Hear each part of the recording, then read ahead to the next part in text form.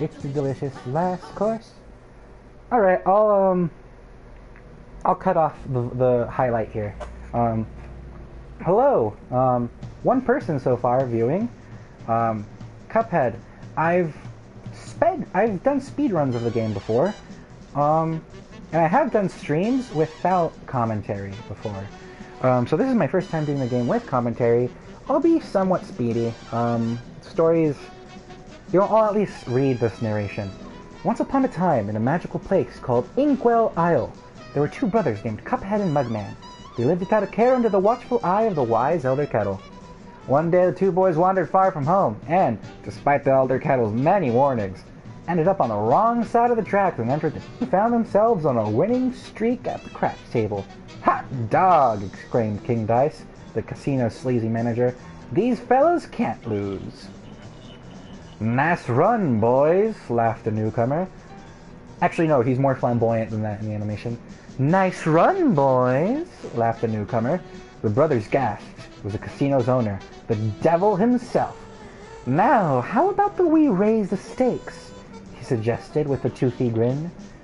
"Win one more roll, and all the loot in my casino is yours," the devil boomed. "But if you lose, I'll have your souls. Deal?" Cuphead, blinded by easy riches, nodded and grabbed the dice for a throw. "Good gosh, Cuphead, no!" cried Mugman, for he understood the danger, but it was too late. "Snake eyes!" laughed the devil while slamming the floor. "You lose!" The brothers trembled in fear as he loomed over them. "Now, about those souls." The brothers pleaded for their very lives. There must be another way to repay you," Mugman stammered. "Yes, please, mister," Cuphead added. Perhaps there is," the devil snickered, pulling out a parchment. "I have here a list of my runaway debtors. Collect their souls for me and I might just pardon you two mugs." "Now get going!" the devil roared, kicking the boys out most rudely. "You have till midnight tomorrow to collect every one of those souls. Otherwise, I'll be the one collecting yours." Cuphead and Mugman were terribly frightened and ran away as fast as they could. "Come on, Mug!" panted Cuphead. "We have to find the Elder Kettle. He'll know what to do." If you have Netflix, the Cuphead show's pretty good. It's not 100% canon to the game, but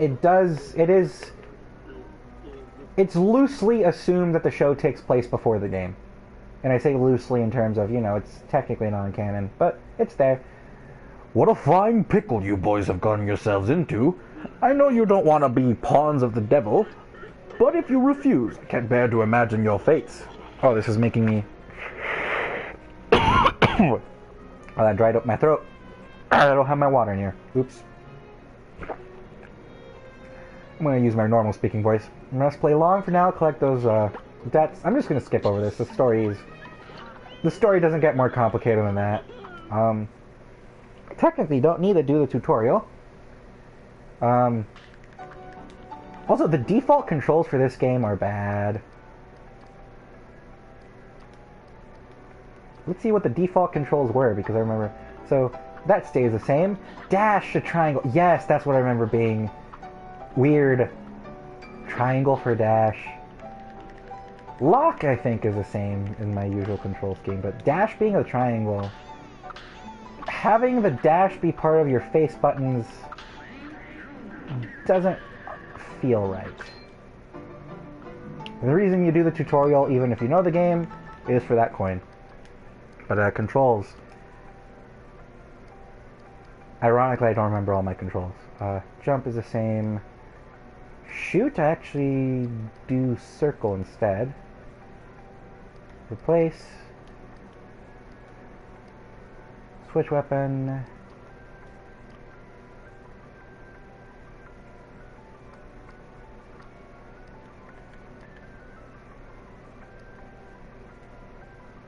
Actually, give me a moment. Oh, I could have checked up later too. Switch weapons. L1? No, I shouldn't have done that. Oops. And I believe lock. Give me a moment to see.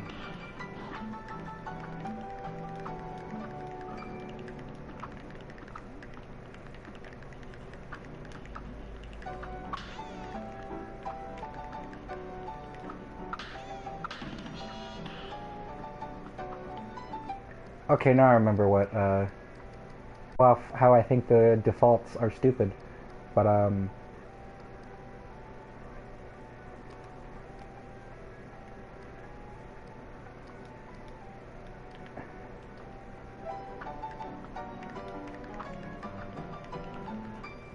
yeah, whenever a game makes me do, because I know some people prefer, in terms of like platformers with shooting elements, some people prefer diagonally to the left, their buttons being jump and shoot. I'm a person who prefers diagonally to the right because I put my thumb between the two buttons instead of having my thumb overlap the buttons, if that makes sense. For some reason I thought this guy was a strawberry when I first played. But I see now he is an apple.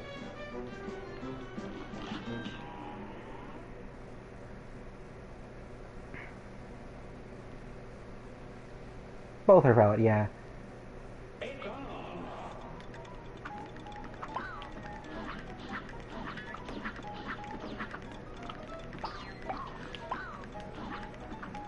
So, in my opinion, the hardest challenge in this game is pacifist runs of levels. I don't have the tools to make the pacifist runs easy, although the easiest way to do a pacifist run is through the DLC. Because Chalice has more HP and a dodge roll, even. And the dodge roll is pretty overpowered for pacifists. So is that extra HP. And I know there is one bit of speedrun tech I've seen for this level, and I have not figured it out for myself. Basically, you can skip this little mini boss by using your EX shot to push yourself through them.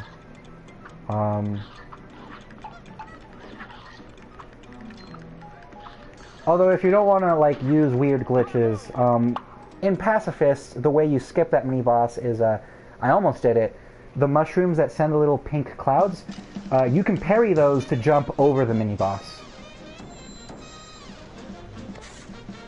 A rank without even really trying.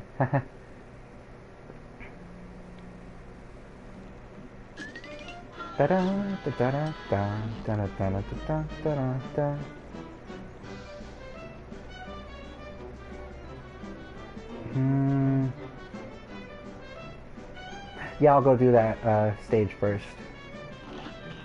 Treetop Trouble. I'm glad this isn't part of speedruns. Because it's significantly harder. And pacifist too. Oh! Ugh.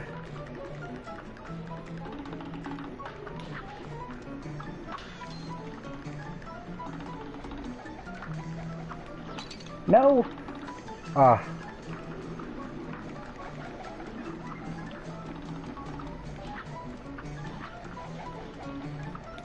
Now the real danger starts. I say at 1 HP. Like the way those enemies die. Just... Look, I can't actually... You know, for some... I have... Oh. I was gonna say I like the way the bugs die because they just wheeze. And I find that funny. I have the art book for this game. Feels a lot of has a lot of production stuff. Fun fact: to make this game, the two brothers that initiated production both put mortgages on their house, which does not. That sounds stressful. Good thing the game succeeded.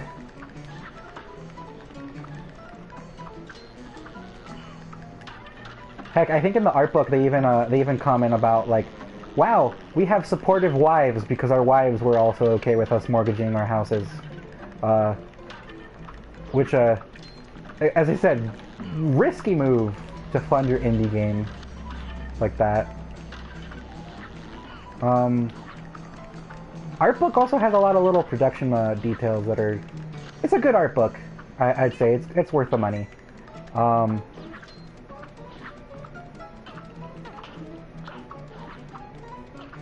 Anyway, there is an ability that lets you dash through enemies. Don't recommend it for this stage. Because the thing about the dash is that the smoke bomb is you do disappear from the air, and it makes platforming harder. Also, hilarious, you can damage boost through that boss. I didn't have to fight him. I just had to go through him, literally. Which is also how you do the pacifist. You can smoke bomb through him, or you can just do that. Either option is really funny. And now I have 14 coins. And I also have access. Wait a minute. Oh, I see. For a second there, I got a little confused. Because, you can speedrun just the DLC, and there's a low percent cut. You are required to do one of those levels. Because this level unlocks this bridge, that level unlocks this ramp, and either of those levels is the only way to get to the mausoleum, which is how you access the DLC. You gotta do you gotta do at least one mausoleum. And the mausoleums are easy. Here comes a spooky bunch. You just slap some ghost. Slap. The fish NPC outside even tells you as much. She's like, oh, you scared me, guys. I was about to slap you like some ghosts. And it's like, I don't know. The solution to ghost problems being a slap is really funny to me. Like, imagine just being haunted and you just slap a ghost.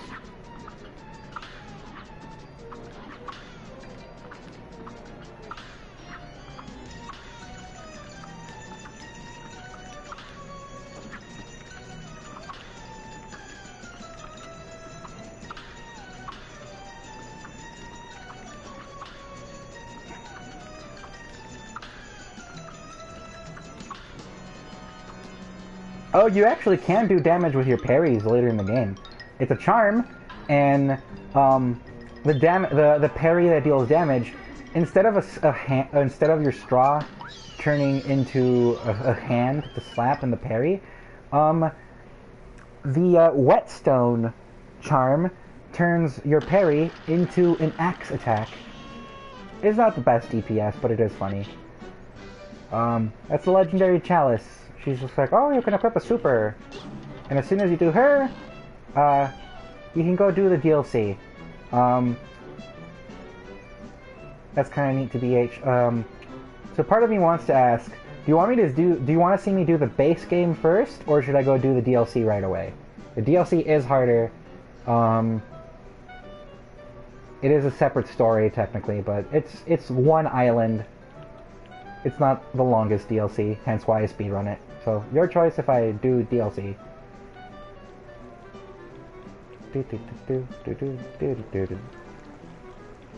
YOLO the devil can wait. Sure, yeah. Give me a moment to, Oh, wait, never mind. I want to do... Okay, so if I'm doing the DLC, I'll go do a shop on the DLC island, because the stuff changes there. I do have all the money I can get from this island. There is a secret coin there, but that NPC doesn't move until you clear all the bosses. The legendary chalice bid me carry a message to you. She needs your help, a far-off isle, a mysterious discovery.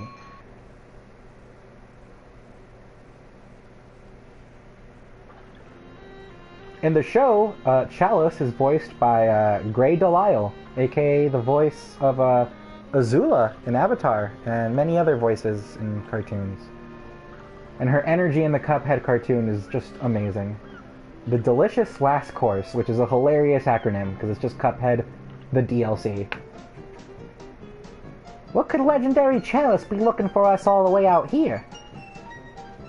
Gosh, Cuphead, I don't know. I hope she's okay. We sure are far from home. Jumpin' jelly beans, you boys made it! I have the most amazing news. And all it has to do with this here cookie. Take a bite and see for yourselves.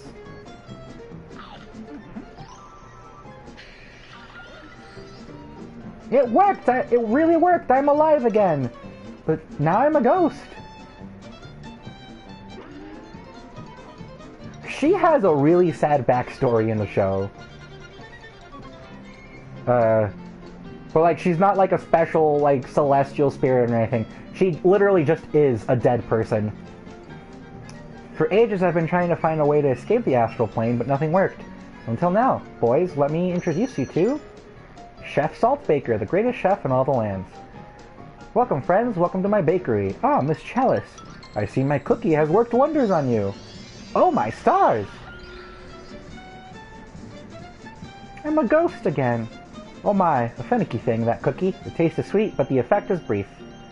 Fret not, though, my concerned little cups. I've come up with an amazing new recipe.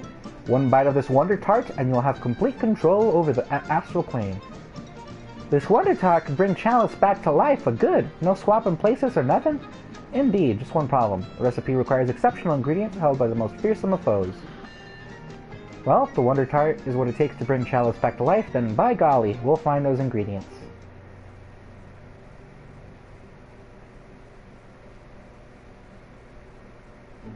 In a speedrun, you can just skip by exiting the map. Stay on your Stay on your guard, intrepid cups. Fetching those ingredients will be a test of wit and wills. For remember, like any good bake, heart and soul is a secret ingredient.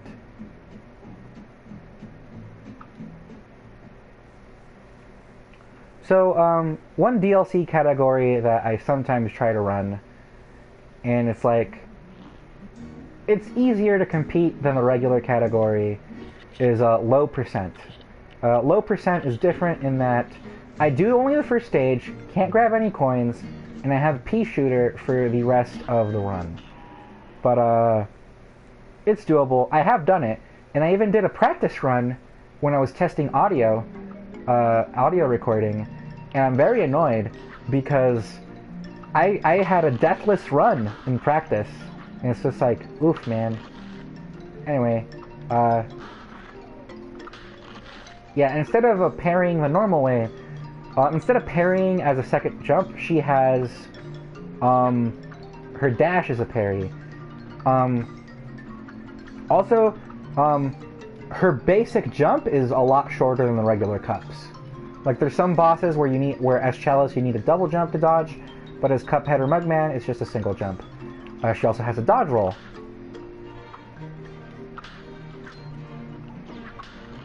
Yep.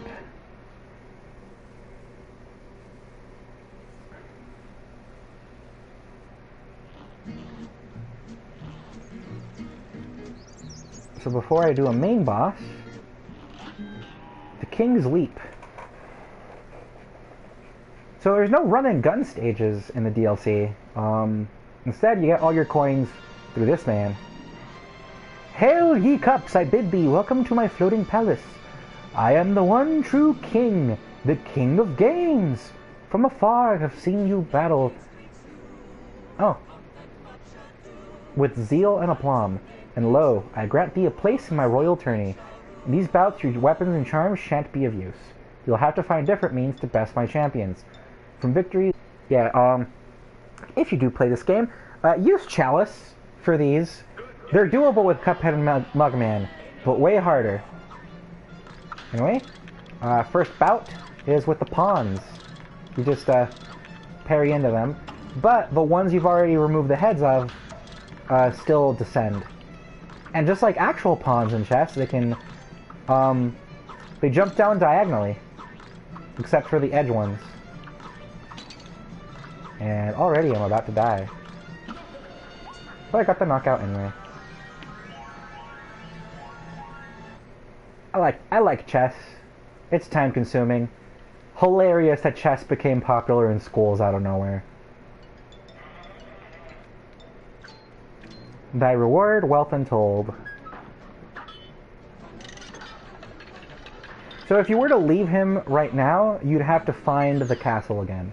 But I'm just going to do all of his fights in a row. This is weirdly the longest fight in the series. You have to parry that guy's head. Damage boosting is valid. I believe it's 16 hits. I forgot to count.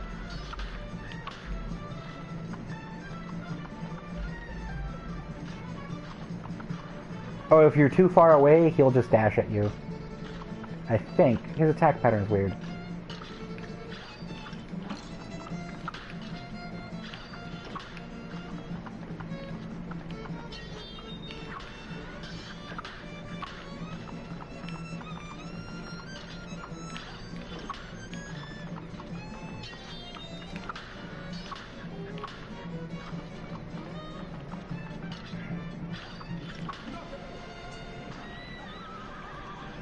Interesting fight, although I kind of wish they had like a funny thing of how knights move in chess.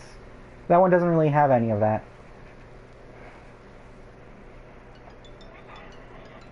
Again, on Zephyr's wings, you flew through that clash. Thy reward, wealth untold.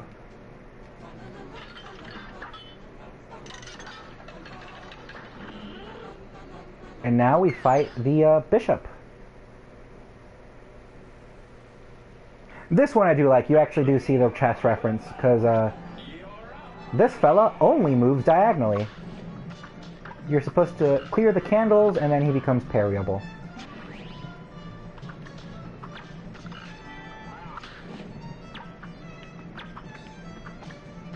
So in the soundtrack, this mini-boss theme there's only one version, yet in-game each of these fights has had different instrumentations.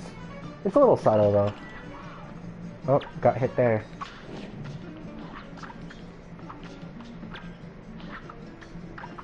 I've only seen a real-life bishop once in my life, which I know is weird to describe it in that way. But you grow up Catholic, and I've only seen a bishop once, which I find weird. But I guess it makes sense. Bishops can't be everywhere. I died. And I was almost about to clear, too.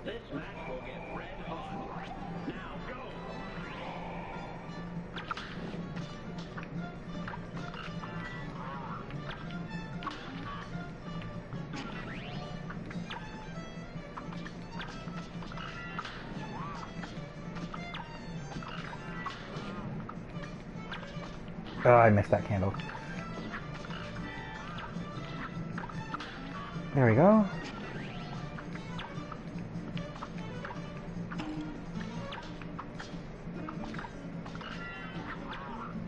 Come on. There we go.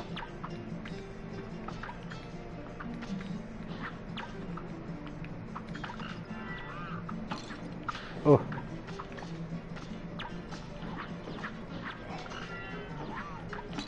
Oh, that was mean.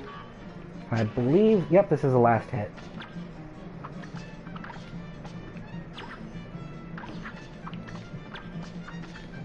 No! Ah. This, in my opinion, is the hardest of these fights.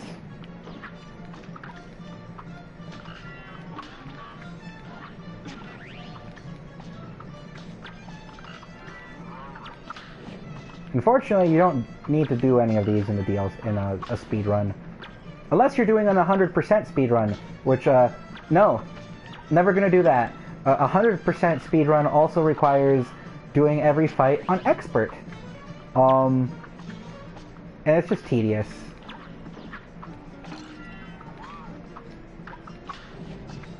Ooh.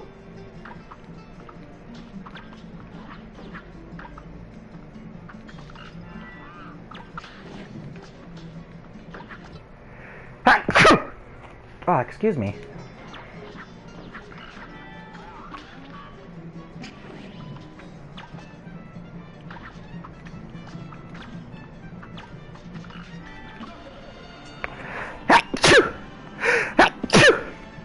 Oh, sorry.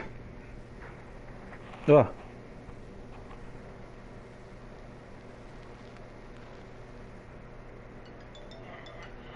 Hark, you got more coins.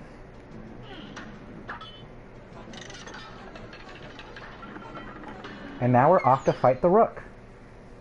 Yeah, allergies somewhat. Like this, he's an executioner in love with a guillotine.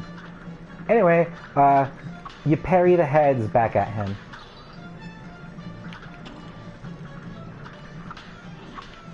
But with Cuphead and Mugman, this is really hard because you have to be... Because the direction you parry, the angle you hit the parry from does affect how the heads will bounce.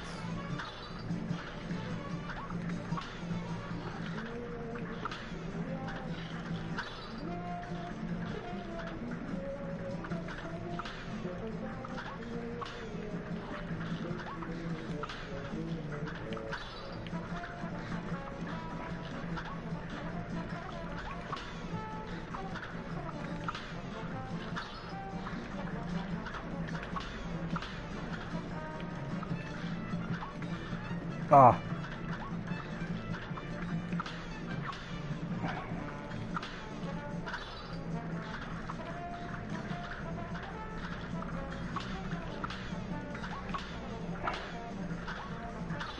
No! Oh, I was probably one hit away. Yep. Beating you was pretty straightforward. I mean, no it wasn't. Your method of attack is not at all straightforward, sir. Oh, that was rude. Boop.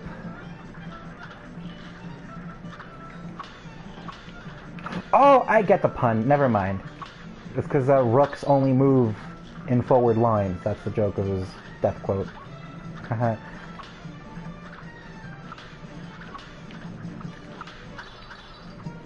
we go.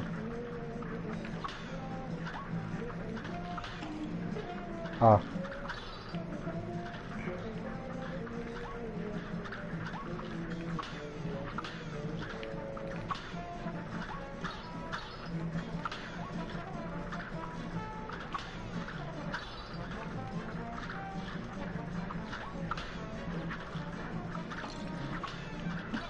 There we go. And then the rook, the executioner himself, ends up beheaded.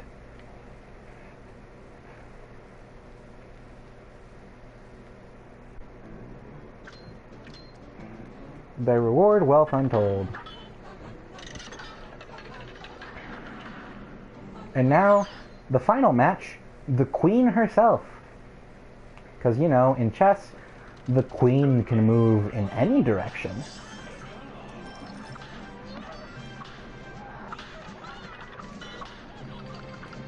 This fight's interesting. You have to hit her with these cannonballs, and the cannonballs do have a pattern to them. Like, it will always be left to right. And as you see, they move a little bit side to side.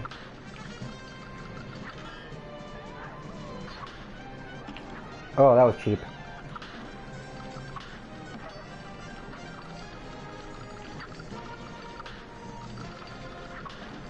Ooh. There we go. Yeah, she's the final fight, and yet the easiest, because you can just brute force your way to win with the cannonballs. Anyway, I like how she was like counting money and stuff. Hark to my new champions, the remaining spoils.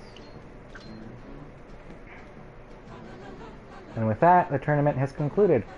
Henceforth, my castle shall remain a training ground for thee. Fare thee well, champions. If you come back and you're crazy, you would only do this for an achievement. You can do all those fights in a row. Fortunately, the fights do have checkpoints, curiously enough. I'll talk to those NPCs later, but, and then there's one more coin to get on the whole island. There we go.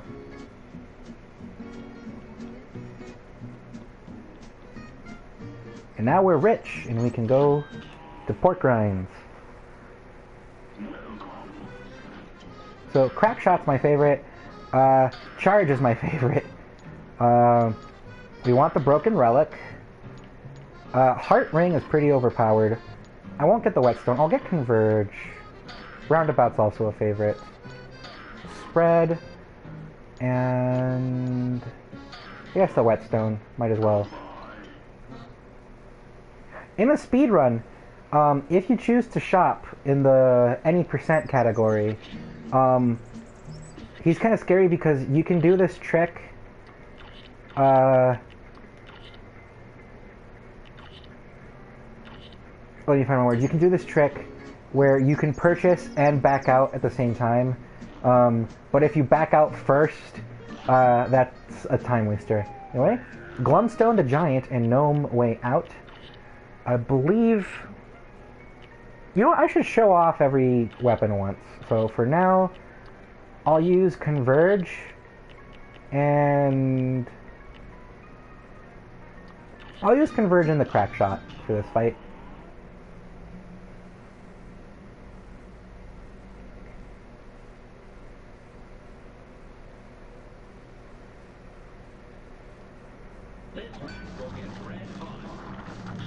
So the gimmick of Converge is that if you lock on, your shots start converging, and they technically deal more damage together than they do separate. This fight, you don't want to be on the floor, because the little gnomes will stick out as spikes if you stay on the floor. And then the other weapon I'm using is Crack Shot. It travels a set distance, and then homes in. But if you attack before it homes in, that's more damage. Oh, I died. Well, that's what I guess for losing focus and talking about weapons. I'll also show the EX shots at least once. Geese crossing. You don't have to duck under them, fortunately. And so Converge's EX shot is just a laser. Converge is really useful, for example, here, for dealing with additional enemies, or ads for short.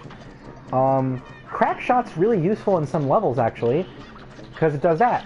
It's a little UFO, it's a little thing, it will shoot at the enemy, but if you parry it, you launch it.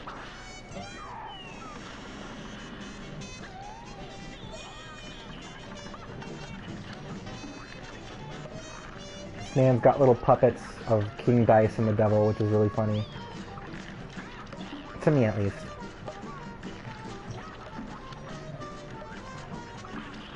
There we go. Onward to the final phase.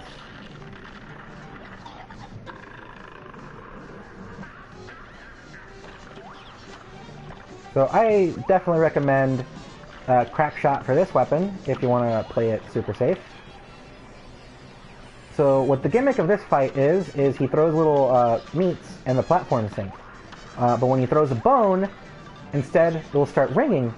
And if you hit the ringing, the one ringing the bell, that raises all the platforms. Fortunately, I did that final phase in one try.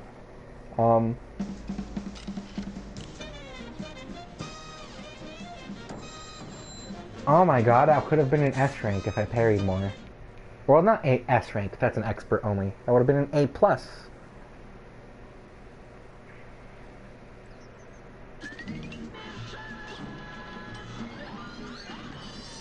You got the gnome berries. So that's 2 weapons showed off. I'll show off the roundabout and the charge for this next fight. Snow Colt Scuffle. Mortimer Freeze. I believe this one was shown in E3.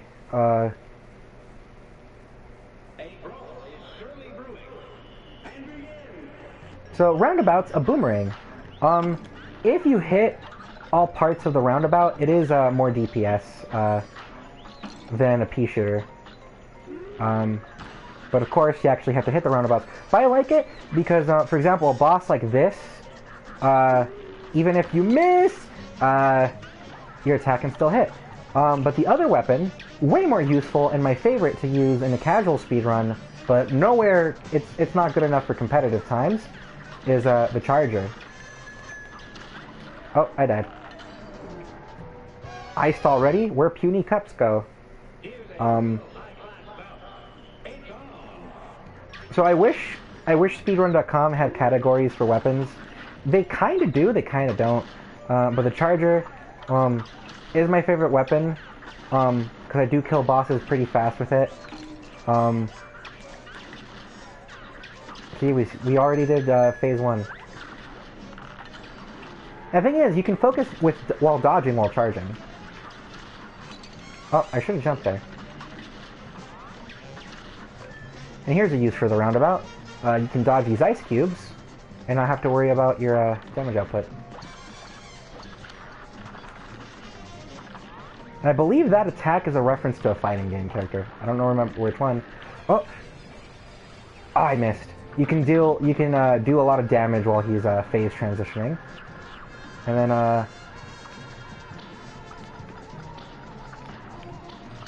this is the last phase. You want to be careful of the eyeball.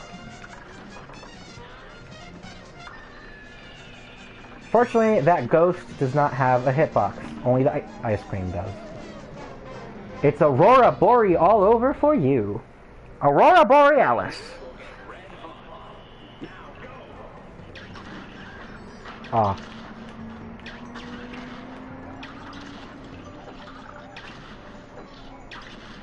Oh, and I should show off the EX shots. Charge shots is just a big explosion, and the roundabout is probably the hardest to use well. It's that. But if it touches you, the attack is over. So maximizing your damage output with it is a little challenging. Oof. Oof. Getting hit or damage or dashing does interrupt your charge. And if you don't charge, this is the lowest DPS in the game. I dashed. I should have parried that. That's rude, game.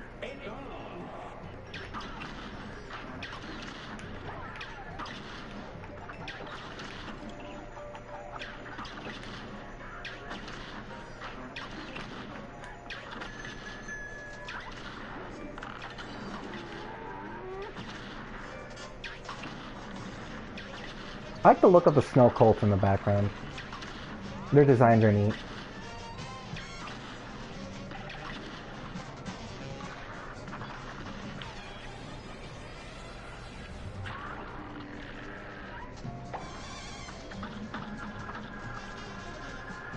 Da, da, da, da, da, da. I like the flute.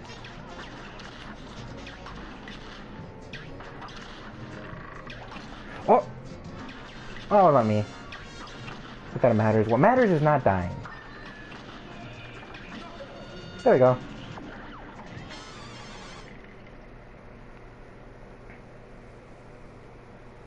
That'd be right. Because I know that one spike attack is a reference to, I think, a character from Darkstalkers. So the devs definitely have the knowledge to do obscure, well, I wouldn't say obscure, niche references like that. And now we can do a secret. And for that secret, I'll do crack shot and chart. Say, young fry, I'm hot on the trail of a mystery, but I'm stumped. That contest of skill, that broken artifact, this eerie graveyard. I have discovered potent astral energy in all these places. There must be an order and method to it. So you can boop the ghost, and this is, like, his hint is really obscure. So you gotta talk to these guys. An audience, at last. The climbing contest medal ceremony is about to begin. I may have won, but I don't look down on anyone for trying to compete. So, down. Left up, I wouldn't be in second place. Go up from here. Down, left, up, up. So the clues of the puzzle solution is their dialogue. And it's always different per save file. Anyway, this secret boss doesn't make much sense, unless you've already been in the base game, but let's go ahead, let's take a nap.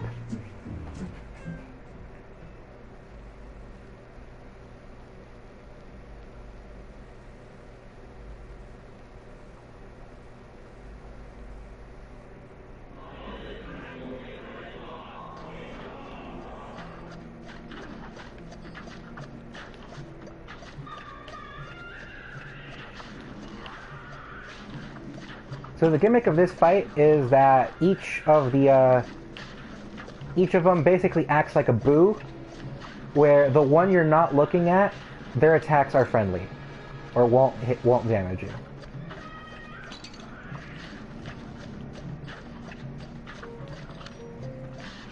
But I prefer... Ah, shoot. Wish you may, wish you might. Your soul is now trapped in the night.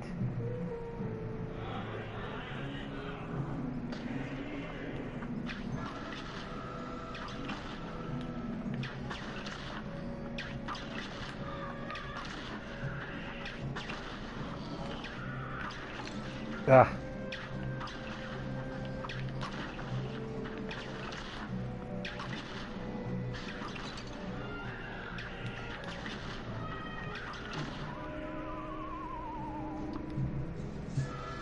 You might be wondering what's the reward in all this. I'll explain after I actually beat it.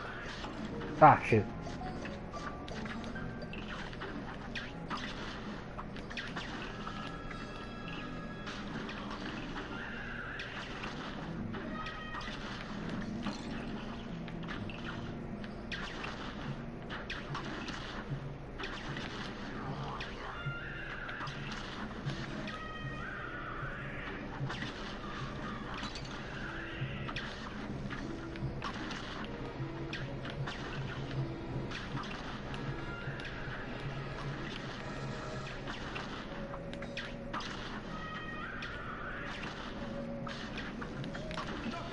There we go.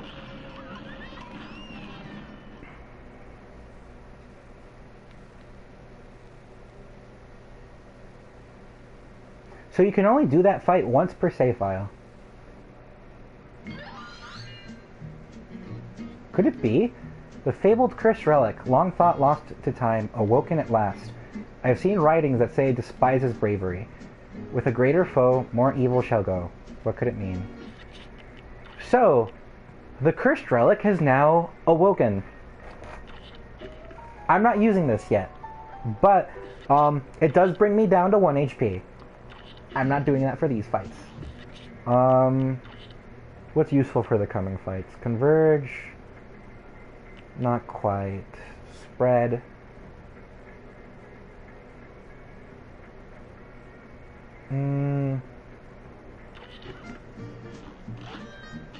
I've got other fights to show spread in better, so I'll do this for now.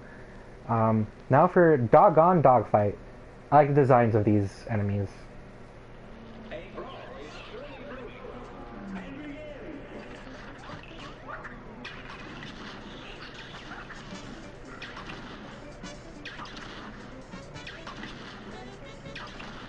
Oh, weapon swapping also launches your charge shot, which is useful when you know that the boss moves around a lot like this.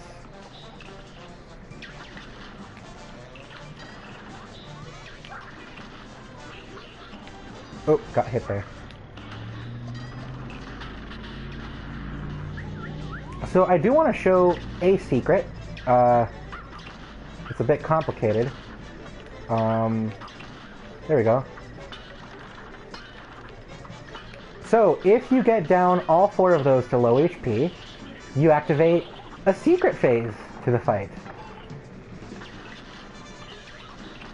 You have to, I'll show the regular version of the fight after this, but boy howdy.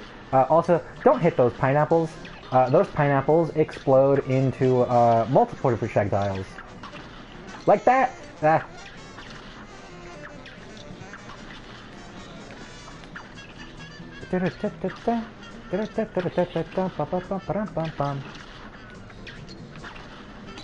Oof. It'd be cool to get the victory.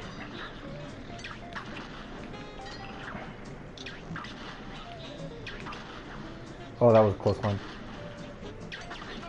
There we go.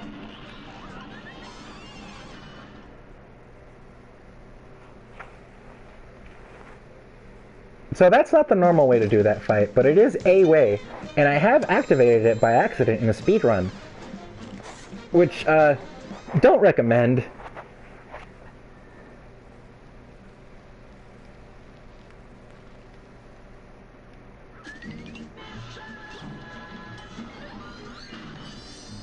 We got the pineapple mint.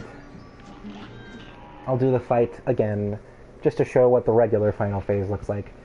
A lot of people don't like the final phase, even though the controls aren't that bad. You'll see what I mean.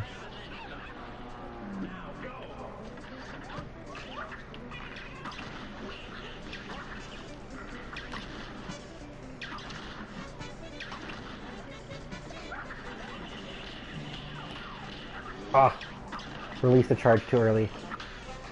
But I got 2 parries out of that.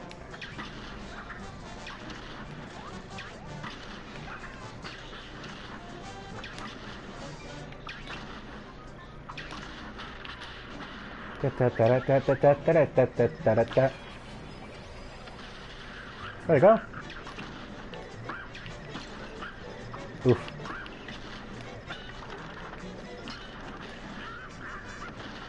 So if you got the crack shot, just shoot it straight up, it'll more likely to hit. So here's a regular final phase. You can attack these lasers. And then, between each round of lasers, she does this. You can set your control types to rotate with the screen. I don't suggest that. I suggest, or you can have it where pressing up makes you go up on the plane itself. Because if you have your controls rotate, like be relative, that kind of requires angling your head to make this easier, and that's no fun. And I believe these two are Street Fighter references. Or, well, if you die to them, they're death quotes. The art is a reference to Street Fighter.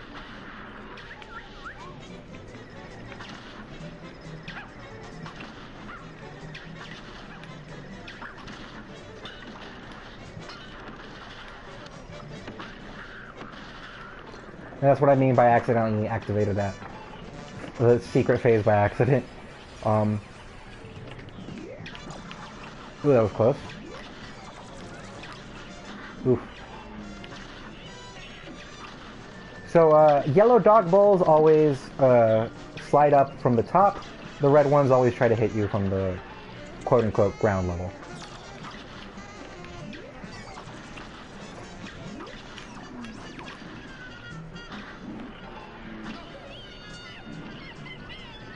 And there we go, we got the regular kill. Also, that plane is sentient. I don't know what to feel about that. Damn, 0 parries. Huh, that's rare.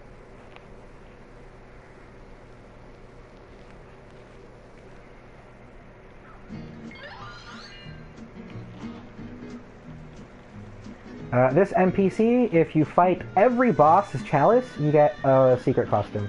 Anyway, Esther Winchester in High Noon Hoopla. That's a lot of hoopla. This is a boss I'm glad I watched other speedruns of to see the strat. Because you can't customize your weapons, not really here. Really, the customization is choosing Chalice or Cuphead and Mugman, because their bullets are different. Chalice has this 3-bullet spread, while Cuphead and Mugman fire all their bullets as one line. And also, their special shot is an explosion you can manually move. Chalice, once you activate her X special attack, she will be stuck moving forward. You can only move her up and down as she moves forward. Also, morbid boss fight. I love it. Also, when I first played the game, I thought, wait, are those cans of sausages? Because that sounds thematically relevant, but no, they're beans. This is sausages, though. I've never had beef sausages, I think. But here, you dodge between the lines of the sausage links. And you can shrink down to make yourself smaller, but you move faster, so your moves are less precise. Anyway, bam. One try. I'm cool. Almost an A+. I'll take an A.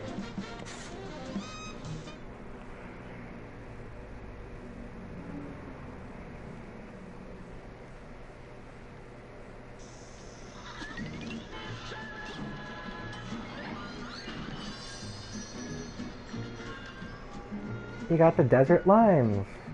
And now, it's time for my favorite boss fight in the whole game. The Moonshine Mob and Bootlegger Boogie, which is also my favorite track in the game.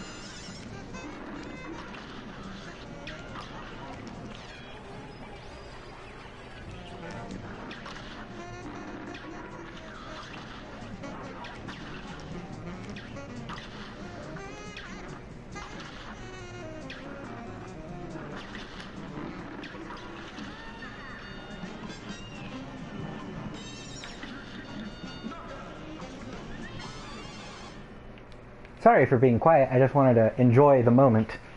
I've seen a lot of streamers who fall for that fake knockout, even though it's not the real one. The joke is, it's the snail himself being the announcer. We didn't really get to see his attack patterns, but the snail just fires projectiles directly where you're at. That's about it.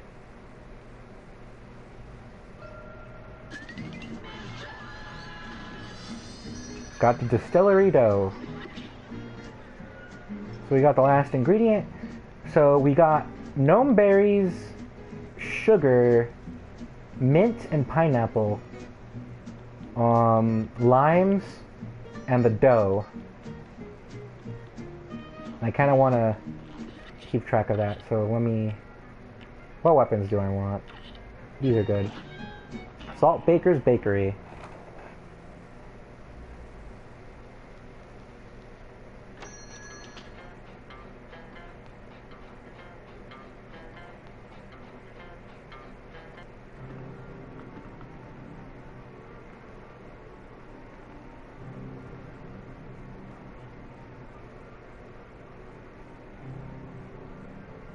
Welcome back, you meddlesome brats. I didn't think you'd be back so soon. No matter. It's too late to stop me now. The Wonder Tot will be my finest work yet.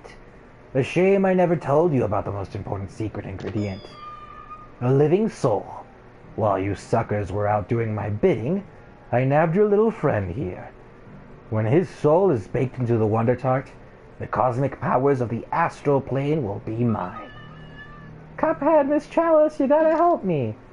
But first, I'll take those ingredients, and then I'll use your heads as serving dishes.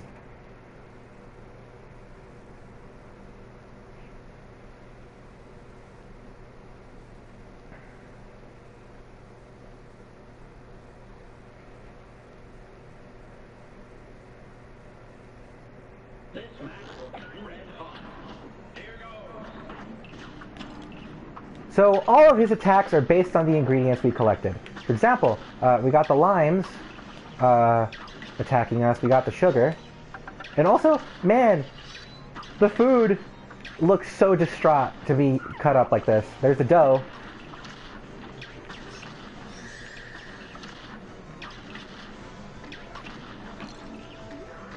There's the sugar cubes again. And I believe we're missing 2 more. There it is, the strawberries. I died.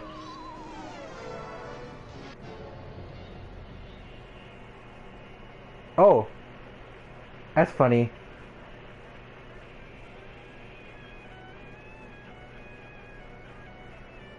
So, one thing I like about this fight is that, some Cuphead bosses have really good soundtrack, like, the whole music of the game is good. But sometimes the best parts of a boss theme, you can't really hear in-game without just waiting in the pause screen.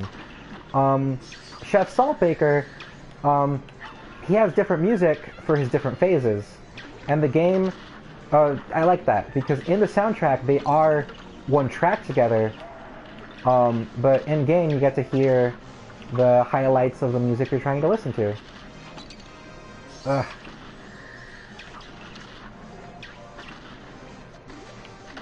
There we go. Phase transition. There we don't go. Ah.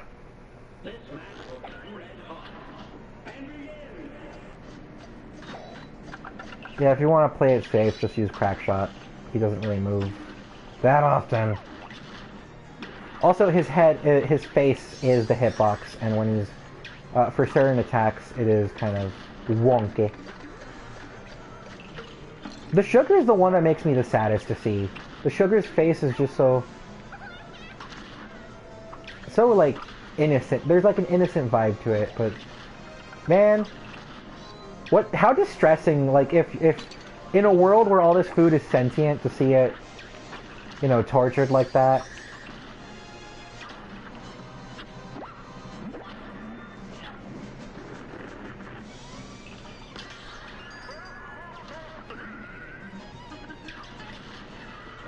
So here, you attack the pepper shakers, and I die because one spawned on top of me, and they knock back and hit him.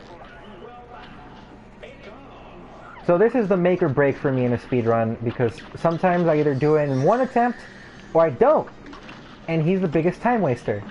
And because it's so sad to have, fuck me, it's so bleh, I lost my words. It sucks when he's the run ender.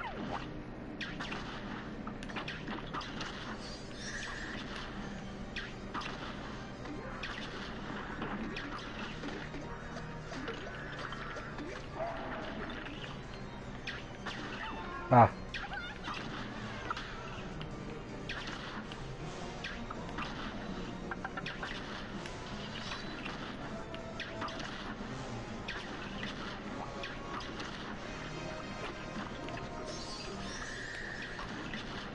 There we go.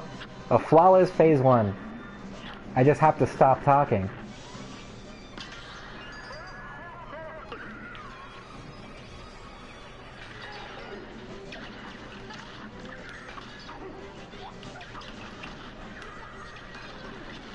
So the fastest way to kill the salt shakers is one charge shot and one uncharged shot. However, I need to have a full special charge by the end. Fuck! Sorry. You can basically skip this next phase if you have a full... Oh, the music didn't change. Well, that's new.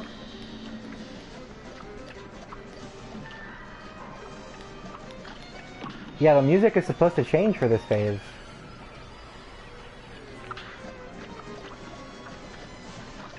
Anyway, hardest part here is the platforming. Anyway, there he is.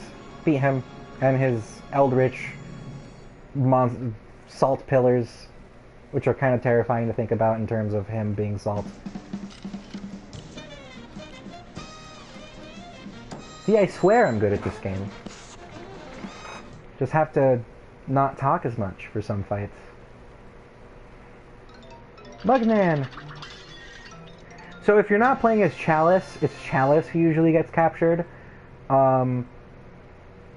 if you're playing as Chalice, whatever character you're playing as who gets captured. And if you're doing multiplayer, there's special animations because both characters can't be Chalice, obviously. So one character eats the cookie, the other one tries to, but, like, it doesn't work. Anyway, oh, thank goodness you're okay. I don't remember what the line was. That dastardly saltbaker, he had us hoodwinked the whole time. Gadzooks, this place is coming down. Let's get out of here. I like the style, but something about these animations in particular. I don't know. I don't like them that much. Serves him right for duping us. But with the bakery destroyed, you're never gonna get that Wonder Tart, Chalice. That's okay. If some poor soul has to be sacrificed for me to live again, just ain't worth it. Here's a solution, and it's gonna sound psychopathic. Find someone who's about to die anyway. You could do, if you want to live again, just, like, do it as part of, like, assisted suicide or something, you know? It's just like, hey, you're gonna die? How about you turn into a cake for me, and then I can live. Anyway, my search won't stop, and in the meantime, if you ever find yourselves in a scrape, I'm just one cookie bite away. Besides, who needs a Wonder Tart when they can have 2 new best pals instead? The epilogue.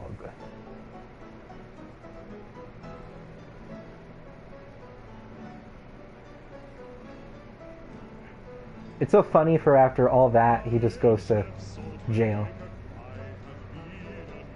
Actually, not even jail, just community service. For attempted murder.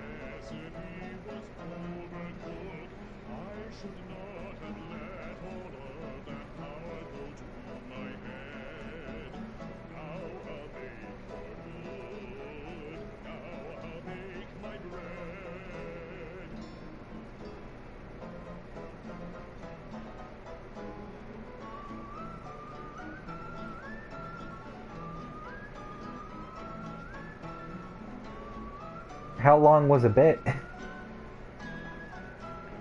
Well, I beat the final boss, if you beat all that.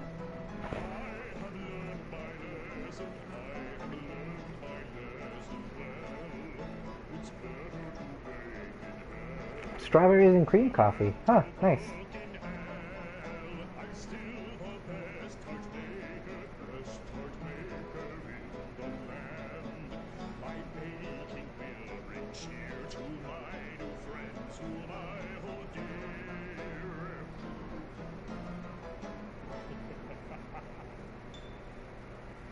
Something about the fact that the game ends with this bright note of he's forgiven. I like that. Like he did evil stuff, but he literally put in the work.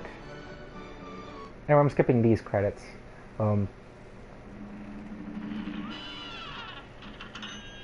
Had the stream playing in the background. Okay. So that was the Cuphead DLC, the delicious last course. And now we're gonna continue with the main game, and now I can explain the Cursed Relic. So the Cursed Relic, every time you fight a boss fight, the relic becomes less cursed. Depending on how difficult the bosses are, which means if they're Aisle 1, Aisle 2, Aisle 3, or Aisle 3, or Aisle 4, that cleanses the curse differently. So let's go to the first boss, Goopy Legrand in Ruse of an Ooze. So you're at 1 HP, but there's other effects that make survivability easier. One of these effects is that every time you shoot, your bullets change.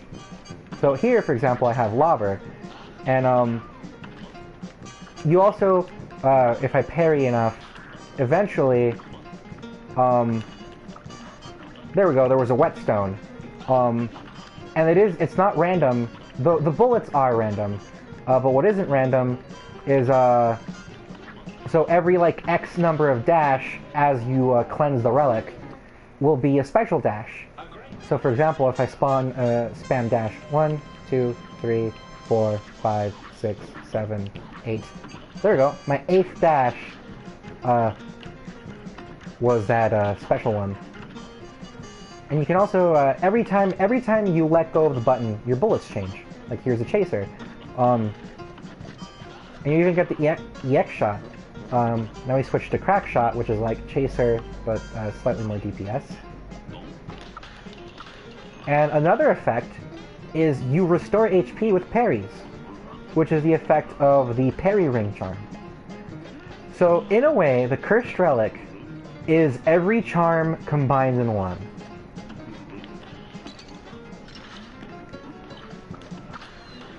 Also, in terms of like challenges and stuff, and getting your like S ranks and so on,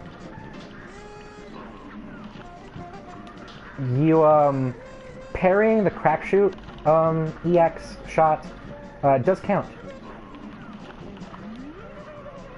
Anyway, this fight is harder when you don't have the bullets, the ideal bullets. But there we go. So I do like this mechanic quite a lot, because it makes the run very interesting. Of course, it's hard, but the fact you can recover HP still, even with the Cursed Relic, means there is a balance. It's not just 1 HP for a boss, that's insane. So we got the contract for Goopy Legrand, the Root Pack, and Botanic Panic. And also, you can repeat the same fights to cleanse the relic. It doesn't have to be unique fights. Anyway, this fight's easy. Every fourth bullet he shoots will be a parryable worm.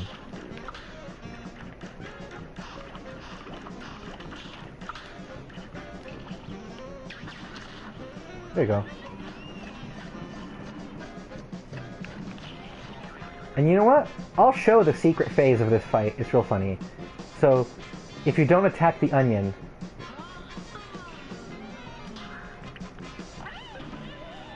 you get attacked by a radish instead. But you still have to fight the carrot. I do suggest attacking the onion anyway.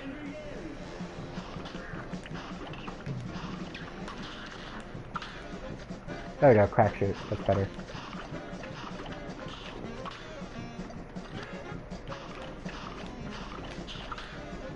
There we go, and restored some HP.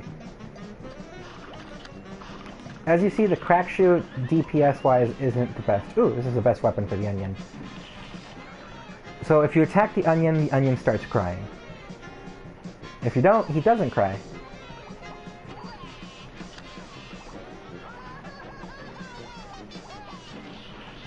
There we go.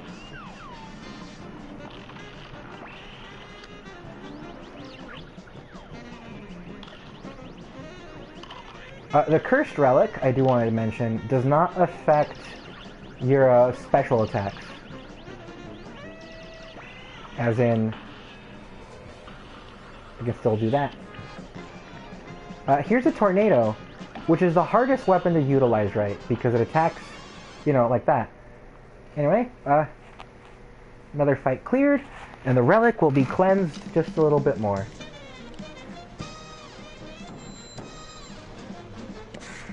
A-. That's a good grade. An A- is a 90. Like 90 to 93, more or less. So I believe... There we go. The charms, the eye has started opening up. I'm not going to go do that southern fight yet.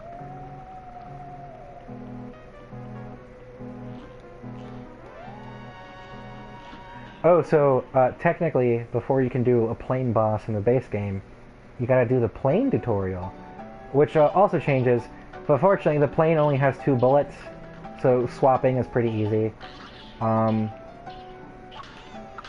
guess now is a good chance to... There you go. As you see,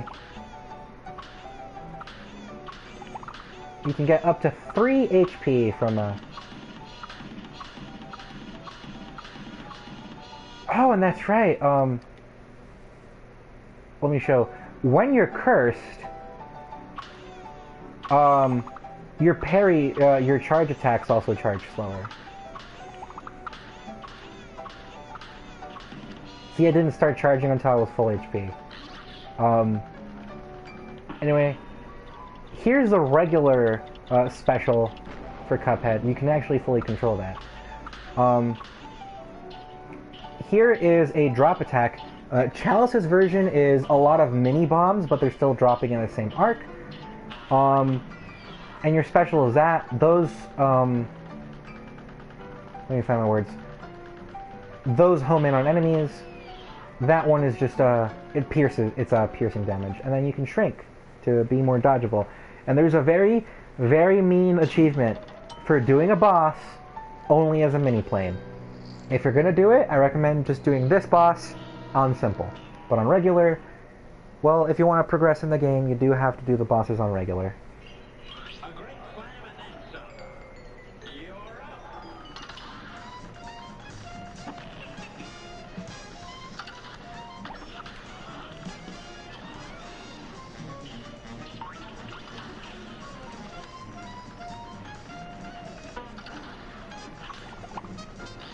Oh, fortunately, shrinking doesn't count as changing your bullet type compared to regular gameplay.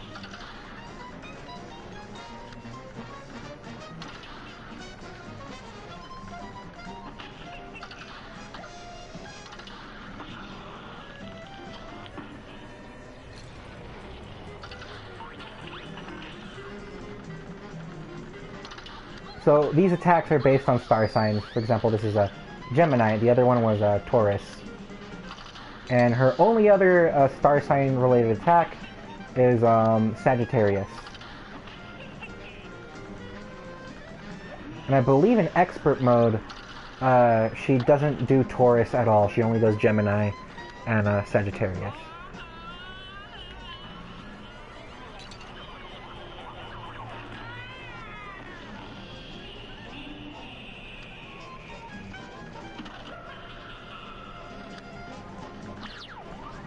So the UFOs, the red ones launch their beam after you pass through them. The yellow ones launch their beam right in front of you. Oh, I wanted to show the regular EX shot in action, but you know what? That works. Goodbye.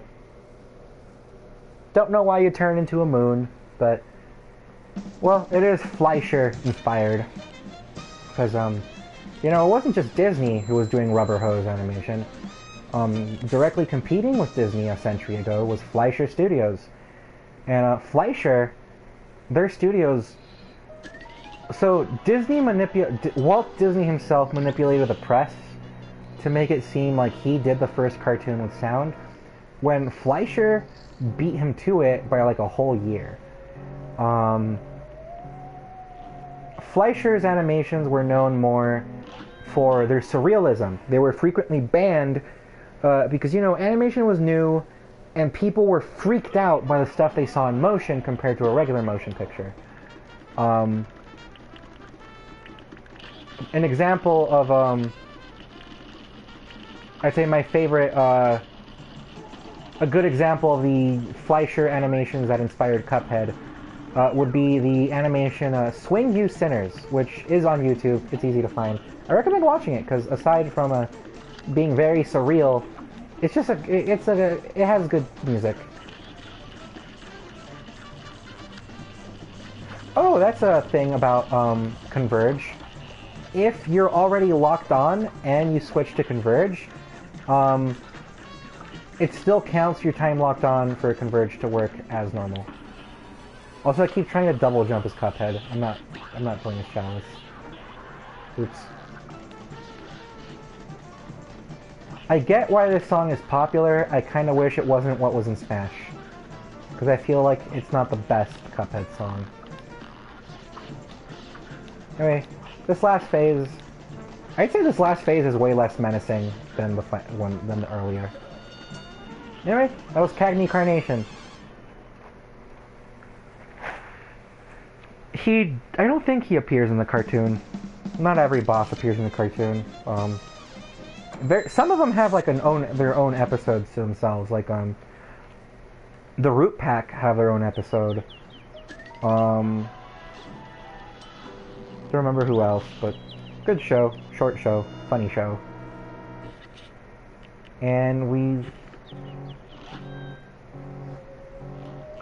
don't want to do the last boss with a cursed relic, but we gotta. And I think it's just one more fight to cleanse the curse. I hope. Ribbian Croaks and Clip Joint Calamity, the hardest boss in Island 1.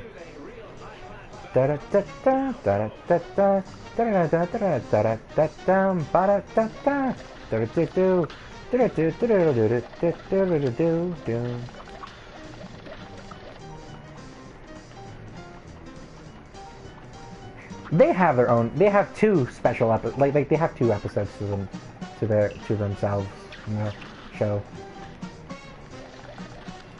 They're boxers who decided to own a classy boat together, and they bicker. And the face transitions. Alright, that wasn't as bad as I was expecting.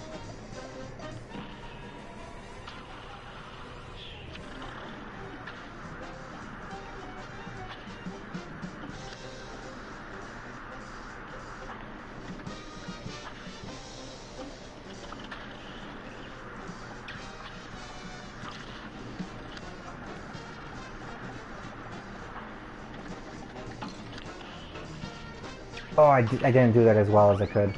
One speedrun strategy is to damage boost and use the spreader inside a boss's hitbox. Because the spread EX is 8 directional, and if you hit all 8, it's real spicy. Alright, third phase, you can't damage until you hit the slot machine. And there's one of 3 attacks. There's the bull, tiger, and snakes. Tiger is this. We saw the bull, which, ironically, I find the snakes real easy to dodge. Not the snakes, the tiger one to dodge. Snakes are a little frantic. Snake attack is a bunch of platforms sliding under you, and if you miss your it's easier to mess up, is what I'm trying to say.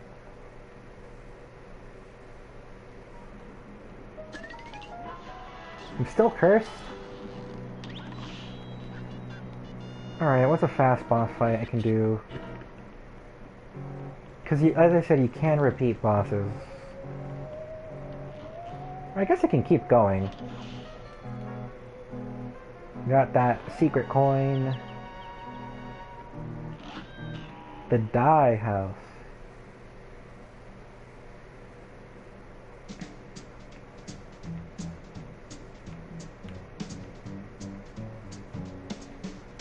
I'm Mr. King Dice, I'm the devil's right hand. Oh. I never play nice, I'm the devil's right hand man.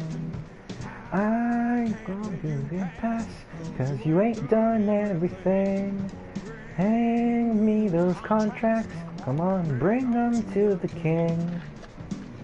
If you haven't finished your task, haven't worked assiduously, no, I cannot let you pass. Don't you mess with me. In the cartoon, King Dice is voiced by Wayne Brady, and his singing voice is very lovely. Guys, hang on. This cutscene is so pointless because he just shows up and he's just like, "Yo, here's an idea. Why don't you just kick the devil's ass?" That's that whole cutscene. It's just like, okay, but he's like, go collect the contracts, but also when you can, beat up the devil. Jimmy the Great in Pyramid Peril. This will be the easiest one to do with the curse, because as you're cleansing the curse, the effects do become less harsh.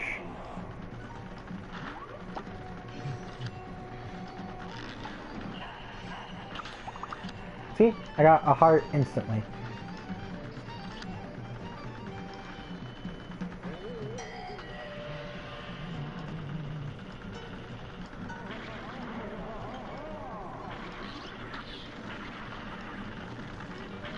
I sincerely don't know if attacking every face shortens this phase or not.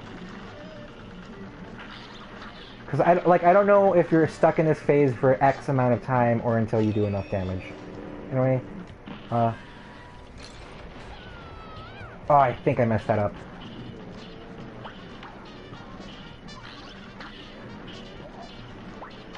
So even without the cursed relic, I didn't talk to him, but you get the bombs at that phase. Anyway, there's a secret phase here. I'm not going to show it because it's so late into the fight.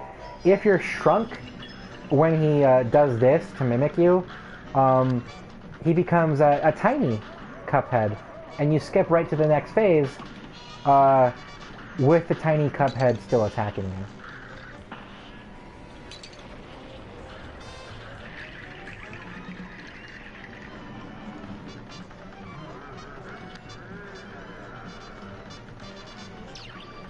So in this phase, you want to pay attention to the pyramids, and that's it. They attack in a cross pattern from their eyes.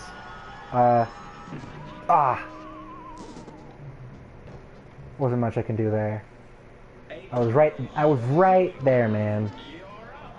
That's the Cuphead experience.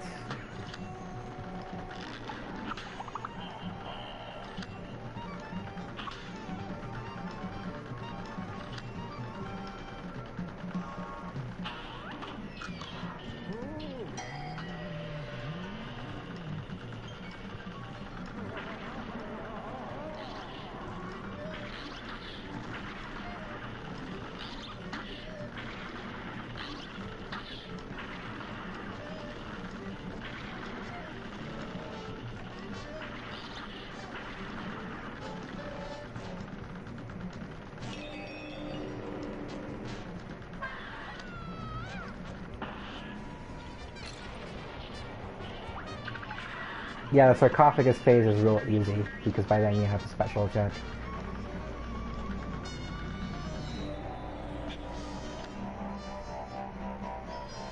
Something about that that sound effect feels a little uncomfortable.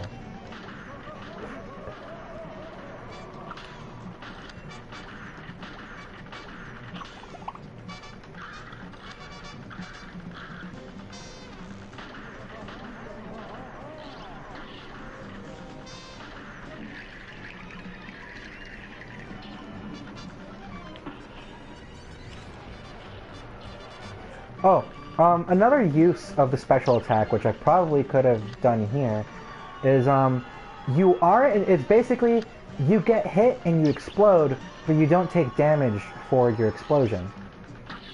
So, for example, in this phase, if you're stuck in a corner, you can just use your special attack to tank the damage, which is useful if you're doing A rank or S rank chasing. Speaking of that,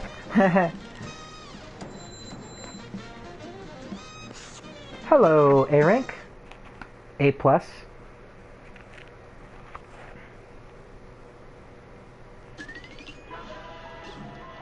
It still hasn't cleansed.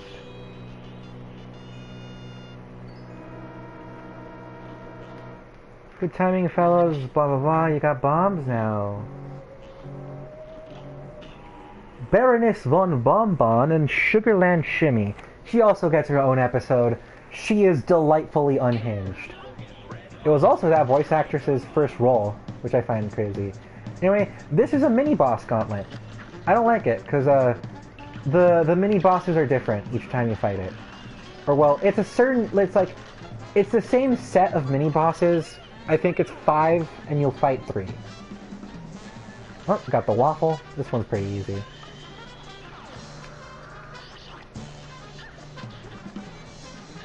Getting the parries in this fight also kind of sucks. Because they're pretty infrequent. Ooh, I got the roundabout. So here's the gumball machine.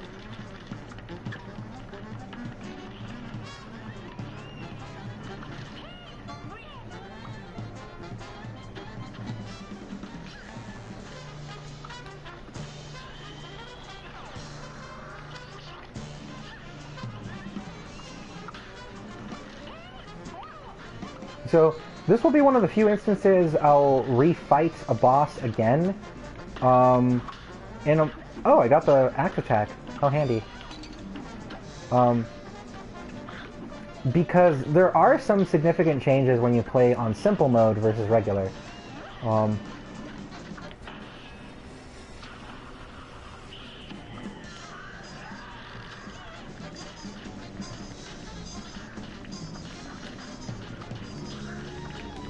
on, give me homing. Ah!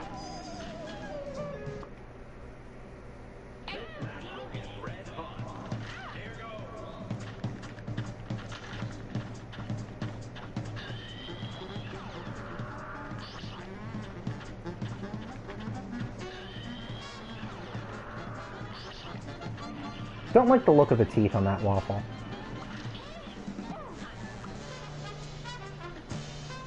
There it is, the last of the mini bosses you can possibly get. The candy corn. Oh, the axe parry saved me. So yeah, as you cleanse the curse, I think it's every other... Yeah, so I'm basically... Oh.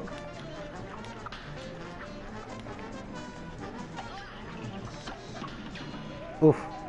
That was on me. I shouldn't have parried. So now it's every other dash and a... It's every other dash and parry that gives you a special effect.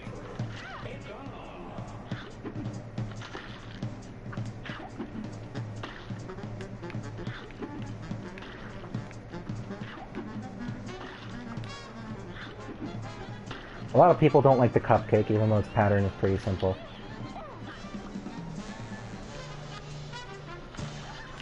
This is the one I think is the most difficult, because it's semi-inconsistent whether he'll suddenly drop from the middle or rise, and that's what catches a lot of people off guard. Oh, barely even get it.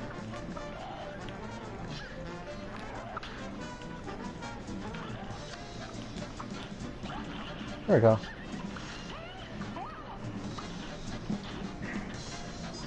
Hello, Waffle.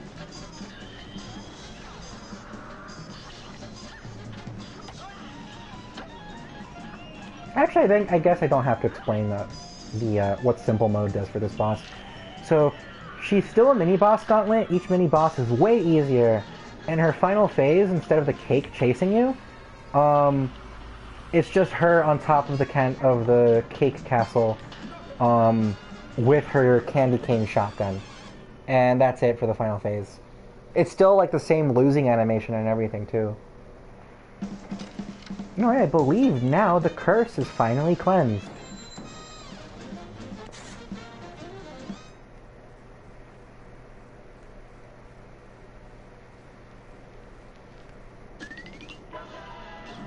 It's not?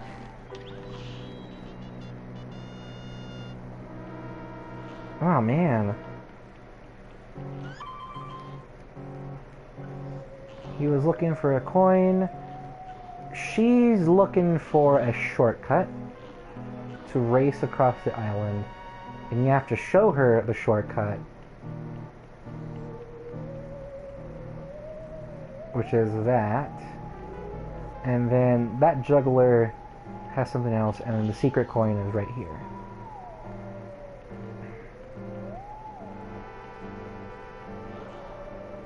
I'm not gonna fight the dragon yet. Not until I clear the curse. Yeah, I'm one fight away. And that fight will be one of my favorites in the game as well. Aviary action, Wally Warbles.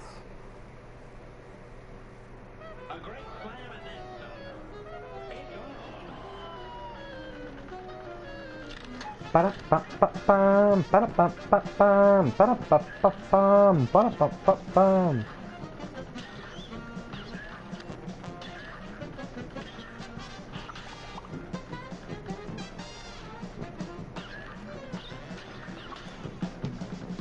Da-da-da-da-da-do, da-da-da-da-da-do.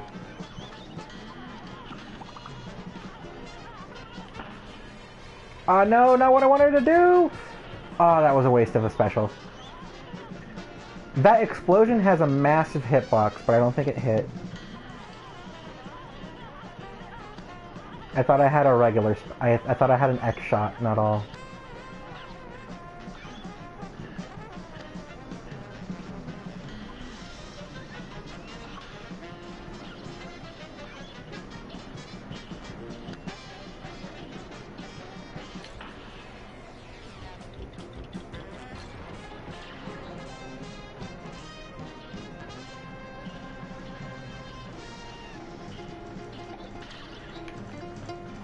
Ooh.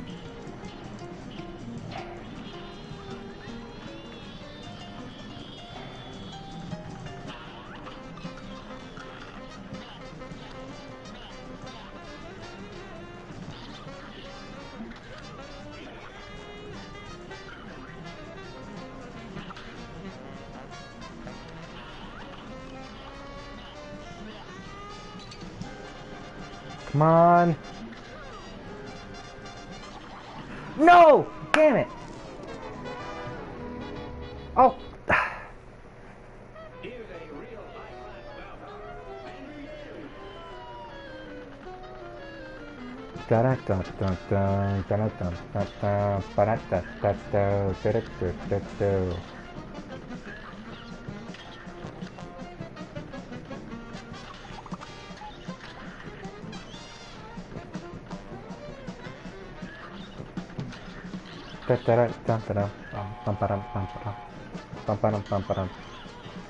Oh, I didn't mean to kill the bird.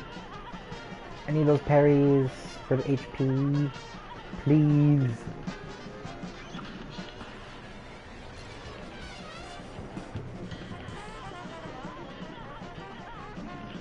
There we go.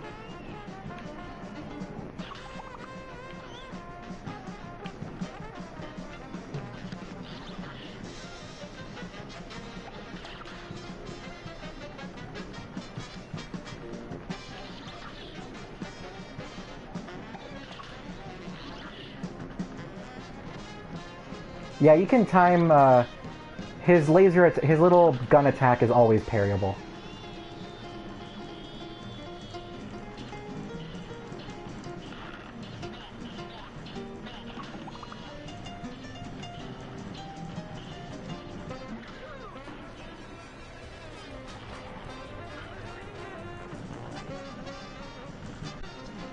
Heck yeah, and I think that's an A+.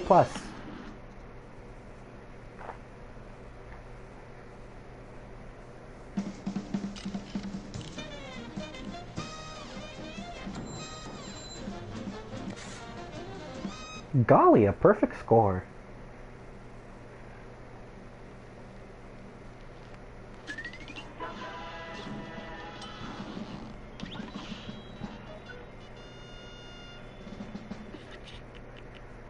And now it's a divine relic. Bestows power. Talk to you for my coin. Thank you. And now, I'm gonna do something funny. I'm gonna do a pacifist run of this next level.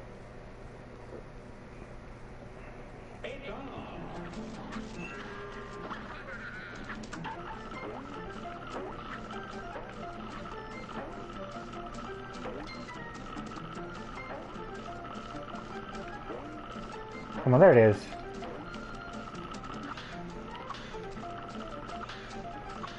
There is a coin related to doing, I don't remember if 5 parries in a row. So I'm gonna retry. So, day 1, if you wanted an A+ or an S rank in levels, you had to take no damage. The bonus was based on how many times you've been hit. The HP bonus, I mean, was based on how many times you've been hit instead of remaining HP. There we go. I believe that should be enough for the coin.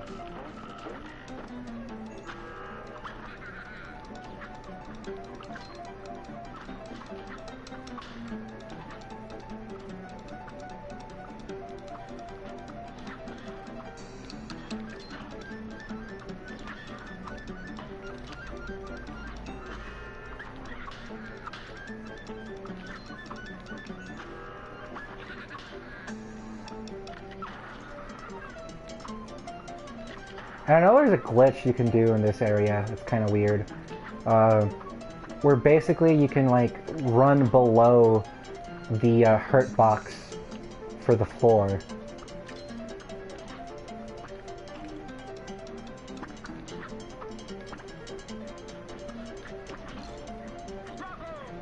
And there we go.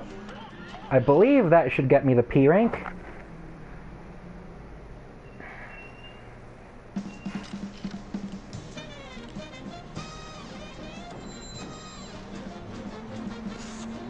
No? I didn't shoot. Oh. Oh, I think I know why. Because of the whetstone.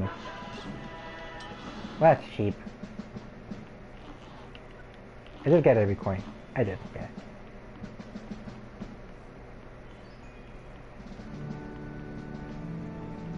I could do the mausoleum again, but I don't care for those extra specials. I only use the one anyway. Anyway, now that I'm done with the relic, I'm gonna...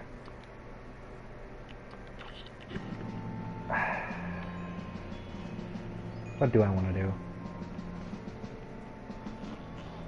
Okay, I guess I'm circling around.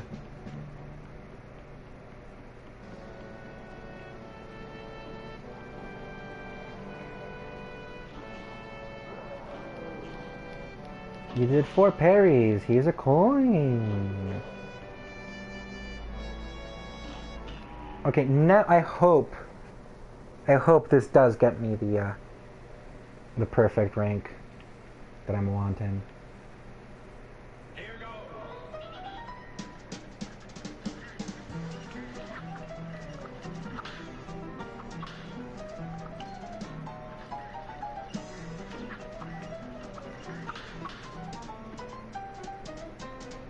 This is a very fun level to get a P rank in.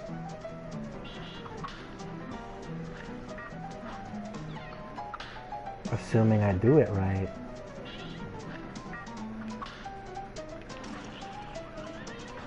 Yep, you just have to run through the mouth while it's open.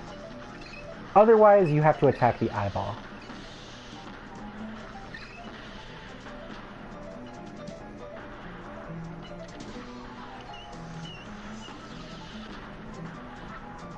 I guess I can afford to take some damage.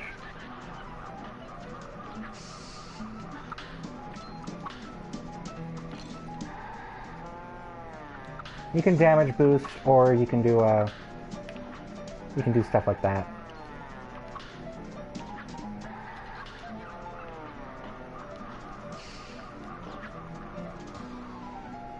Oh, I hope that didn't ruin my...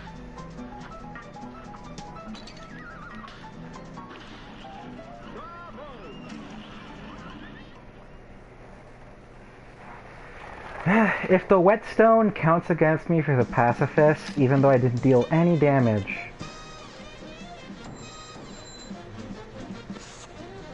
Yay, I got the pacifist! First try, too. It used to be way more painful in the past. But, the Divine Relic / Parry Ring.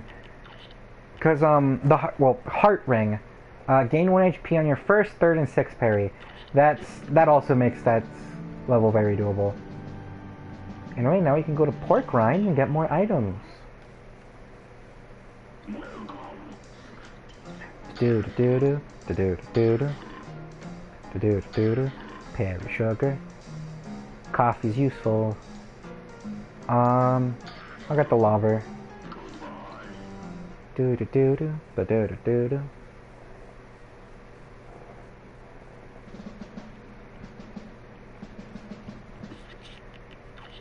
So, what do I want to do now? Because I don't want to keep using the relic.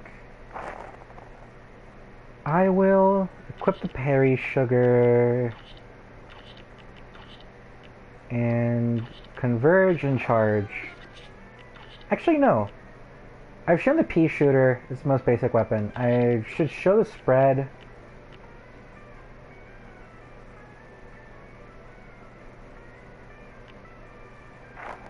I don't want to use lobber. Well, I guess in a way I've shown everything. What do I want to use for the next fight? Anyway, oh yeah, here's the normal music for when you don't have the relic. Oh, and then we can fight. We can not fight. We can talk to Quadratus. Through all your battles and all my rhymes, you have failed and perished 22 times. So what's the easiest weapon combo for?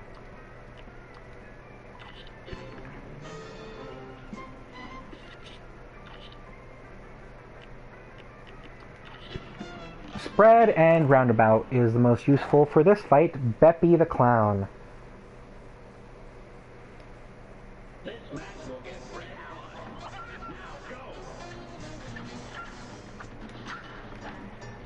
I also recommend the Smoke Bomb, but the parry sugar makes it so you're automatically in the parry state for the duration of your whole jump. And then the roundabout is useful because you can go, back and forth.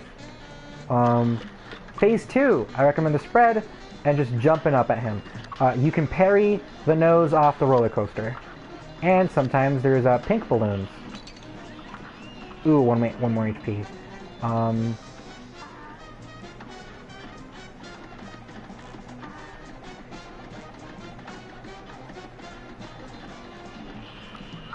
Nice, I didn't have to... So sometimes he commands a yellow horse instead, and that one has a way more attack pattern. Way more annoying attack pattern to dodge in conjunction with the roller coaster.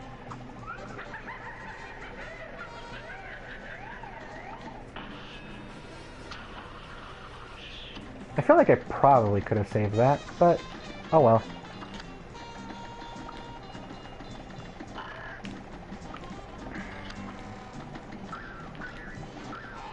So here is the hardest part of this fight is dodging these little guys and their baseballs.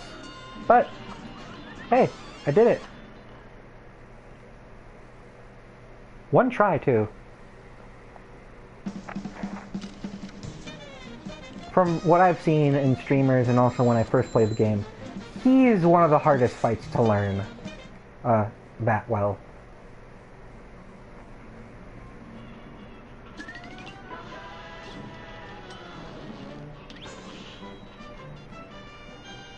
And I believe we have one more boss to do on this island, and it's the dragon.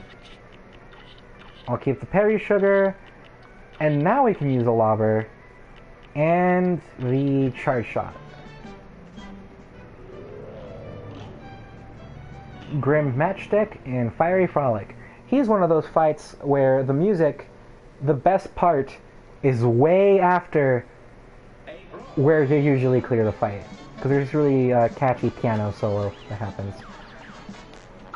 Anyway, this first phase is your only chance to get parries, which is really annoying in A ranks.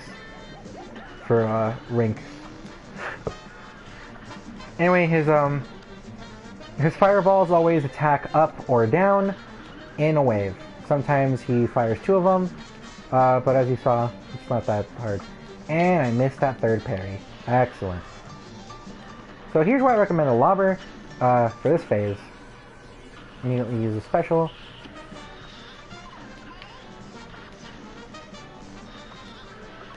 So generally, the moment one of those enemies crouches down, they'll jump at where you were, not where you're at. And then he grows 2 extra heads. I like this animation, he does a lot. Anyway, this is where I switch to the charge shot, because you need your precise aiming. If you hit his fireballs, they will fire off in a cross pattern.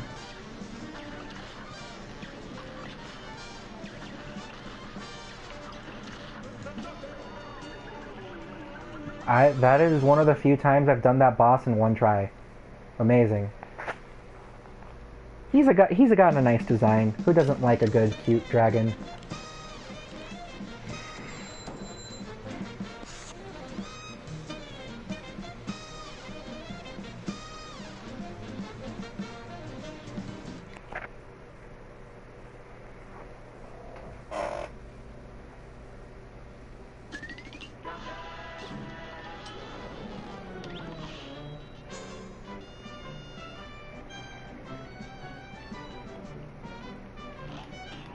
Inkwell Isle 3.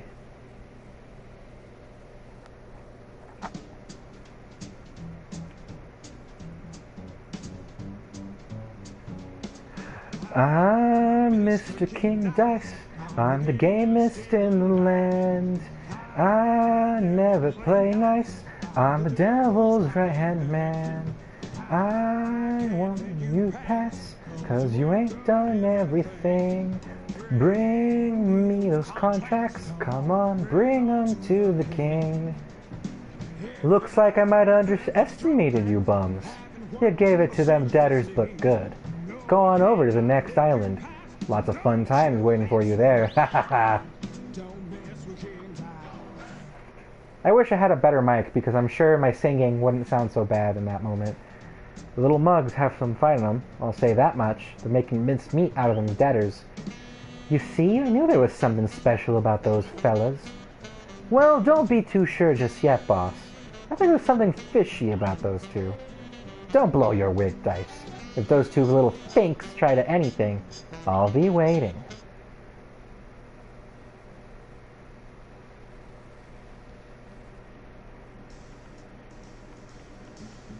Ba-da-ba-ba, ba-da-ba-ba, da. Da-da-da-da-da-da-da. Rumor honey bottoms and honey whatever that was. I didn't read.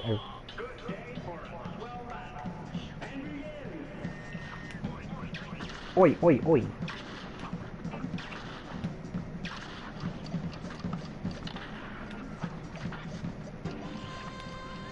Ooh, that's the fastest I've ever done that phase.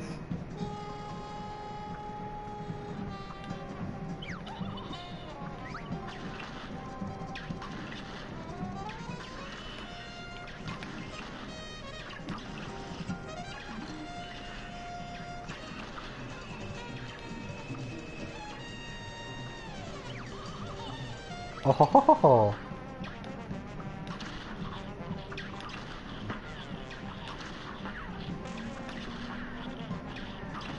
Ah!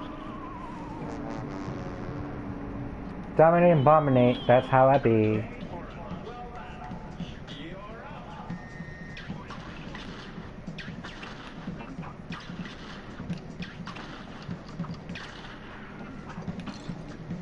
Oof.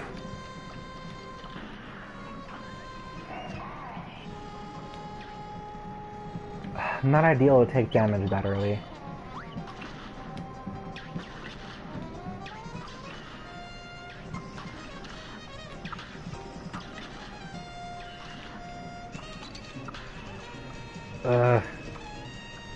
Yeah, her attack patterns are nasty. Please don't spawn something on top of me.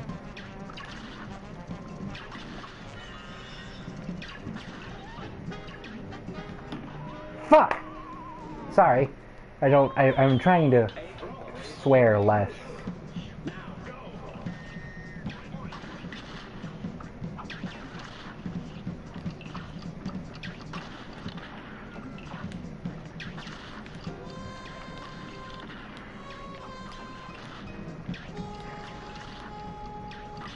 That was awkward.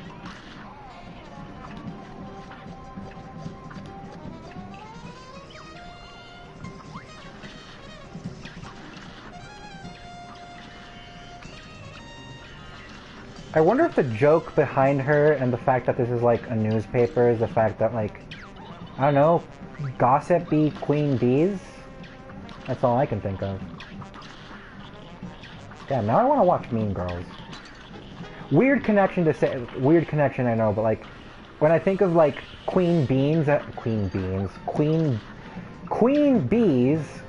in terms of like the type of person, I think of Mean Girls.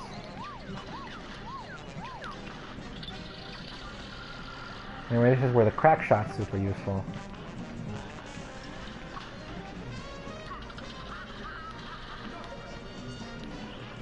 Bam! She becomes a B-52 bomber. Because, you know, B... bomber.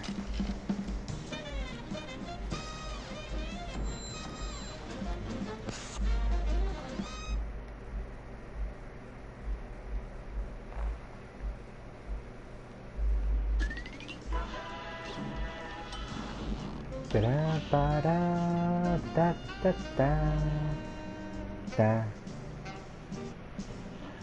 da da da da da da da da da.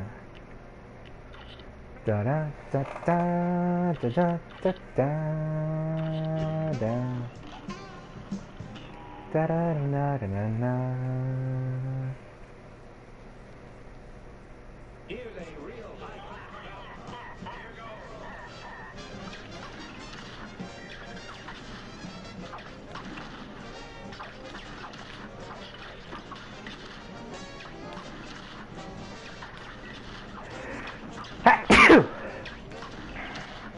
Excuse me.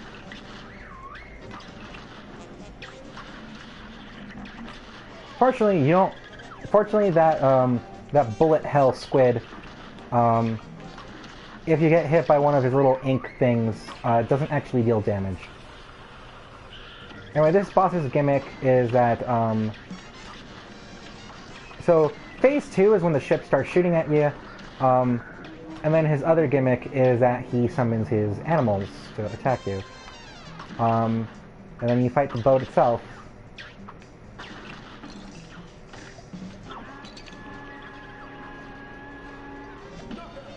There we go. One try. Yeah, crap shot's super good. You dodge that beam attack by either crouching under it, or you keep bouncing off of it with your parries. Since the beam, under a minute, since that beam is parryable. Because it's pink, and you can parry pink things. Under a minute, holy moly. I mean, 59 seconds, but still, wow. I'm glad I caught it on screen. On stream. Full contract, Captain Briny Beard.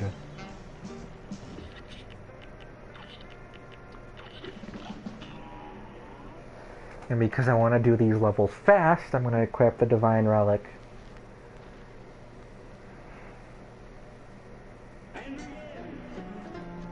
I already ruined my P rank. Oops.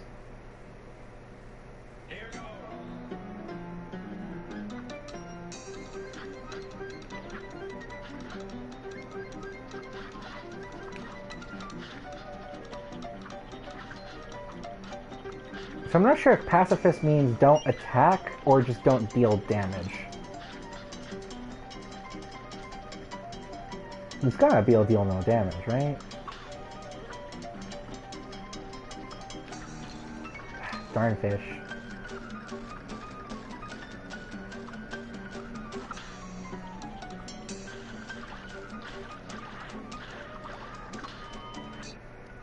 I want to retry that because I think I see how pairing works and like keeping on pacifist.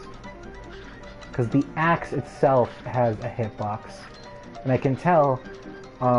Even though I bounced off that pink fish, that didn't count as a parry, because it didn't make the noise. It didn't make the wah. It just went poof. Well, never mind, it did the noise there, so. Well, I hope I keep my pacifist. If not, oh well.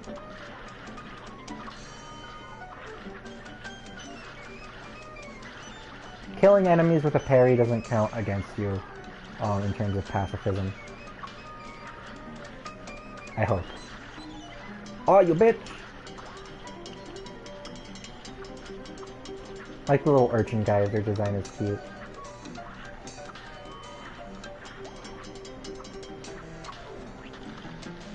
This thing looks... I hate this design. Something about it.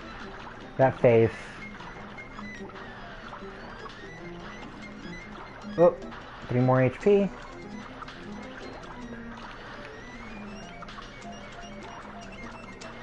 Oh, I think my pacifist, I just lost it. Because I bounced off of the octopus and a shrimp at the same time. Well, not that I care. Like, long term. Bravo! That level is also a doozy to learn for the first time.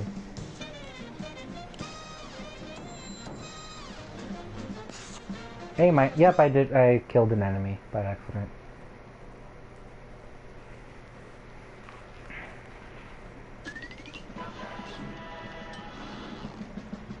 If you get a P rank with every level, you can talk to this turtle, and you unlock a black and white filter. And I believe secret coin right there. I'm gonna unequip the Divine Relico. I will, however, keep the heart ring. Calamaria in High Sea Hijinks. She has a Russian accent in the cartoon.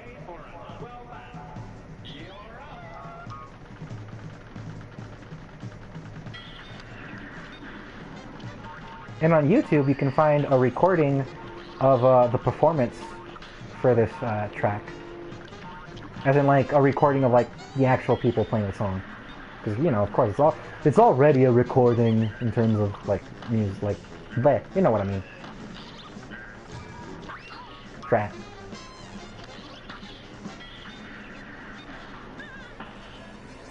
I believe that seahorse has, like, I think he's literally called, like, Mr. Squirts or something.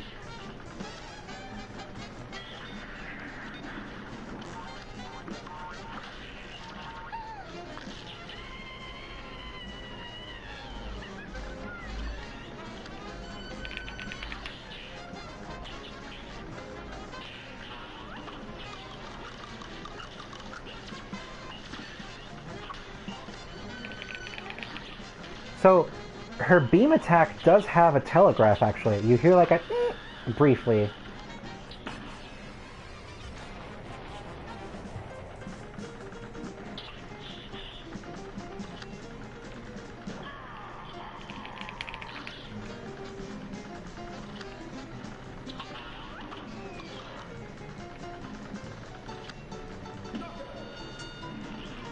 Ooh, heck yeah.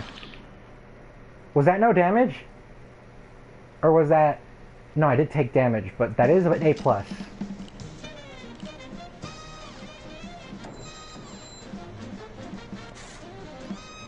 Heck yeah.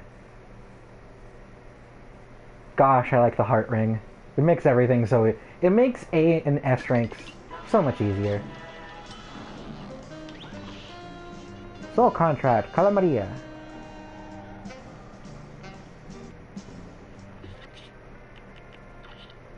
And... No, I'll take Chalice with me. Roundabout and Crackshot. Sally stage play and dramatic fanatic. She appears in a handful of episodes of the Cuphead show.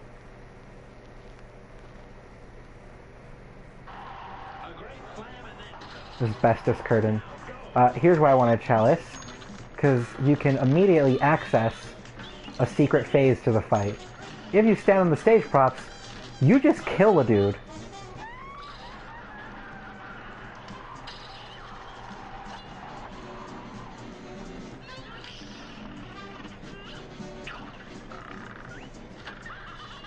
I'll show the regular version of this fight after. But this is the most elaborate change these fights get, because instead of changing one phase, it changes two of them. Yeah, now the husband is here, also as a prop. And then, yeah. Also, this is a reference to Final Fantasy VI. She's supposed to look like God Kefka.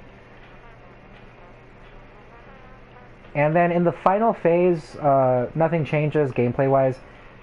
In the final phase, it's just the nun and the priest bowing. The husband's cardboard cutout summons fireballs that go across the floor. Anyway, now I'm going to do the fight the normal way. Oh, one little detail I find cute is if you get hit, the husband does a little jump.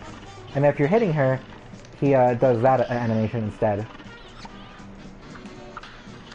So normally if you're playing as Cuphead or Mugman, you get up on the stage props by using a parry.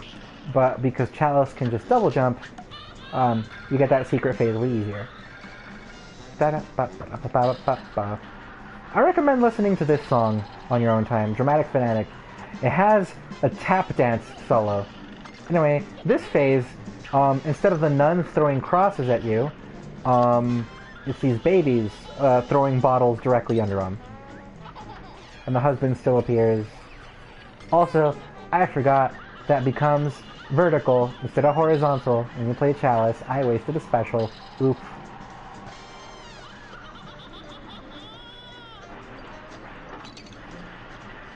Oh, that's bad. Big wave. Wait, you can parry it twice? That was not on purpose. Alright. That was funny.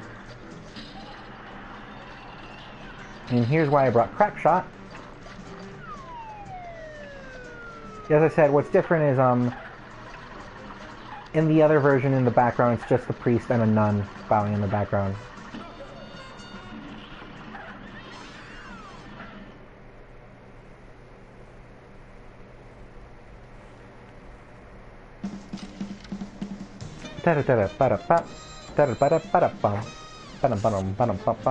C rank. Oh man. Oh, that's right, because my special didn't land.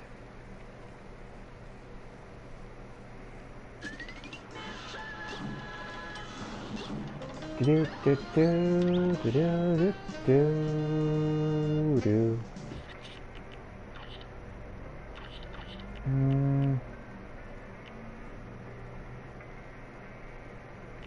I'll take the heart ring again. For this next fight, I'll take... You know, I'll take Converge and Crack Shot, yeah. For completion, you want to go up to this fight first. Phantom Express.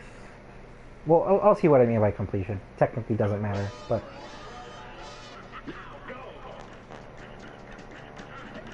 So Converge makes this fight a joke. Because the gimmick is he summons these eyeballs. And you're supposed to parry these bricks before they hit your car. Because you can do that with your car. Ba-ba-da-ba.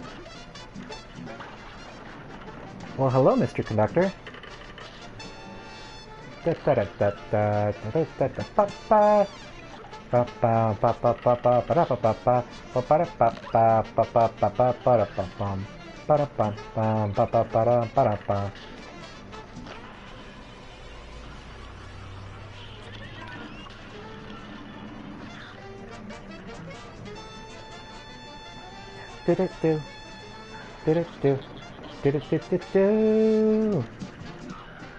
These dudes are called the Lollipop Bros. I guess that makes sense, but also, I don't know, when I first played the game, I assumed they were like sentient pistons or something. Even though they're nowhere near like the engine car, but... I don't know. Pistons make sense, I guess.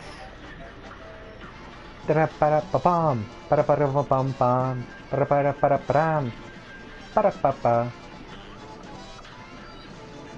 this final phase, you're supposed to parry the tail, and that opens up his engine, which is where you hit him. Otherwise, you deal no damage. You know, you gotta deal damage.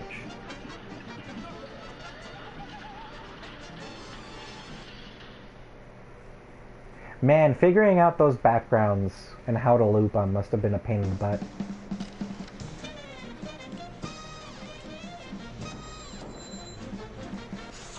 Because, I believe the coloring of the character, like, line work was done traditionally on, like, actually scanned, and then the coloring was done digitally, with backgrounds done in watercolor. So if you do that boss first, you can come to Inkwell Hell, the final area, immediately. And the final secret coin is here. I just want to show this off. If you come here without all your contracts, King Dice and all bets are off. Hold it right there, you! You might have busted up some of the dem deadbeats. but you don't have all their soul contracts. You ain't seen the big cheese till you got the contracts in your grubby little mitts. All of them.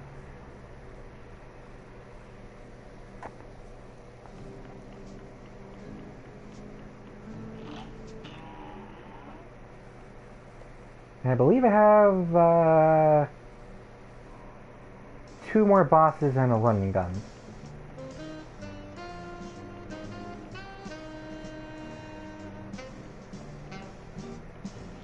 I still won't go talk to Pork Rind because I don't have all the coins yet. Murine Core. Perry Sugar if you're looking for a good rank. Roundabout and Sprite. Werner Vermin and Murine Core, and you'll see why I pronounce it like that. Because he's a German rat.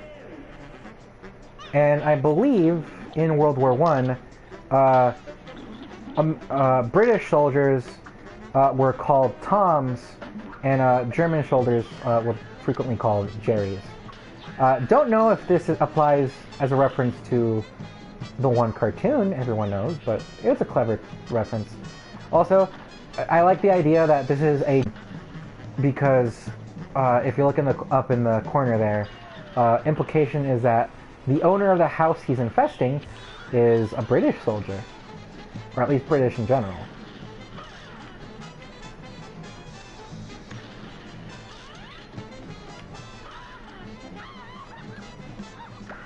Vermin, vermin.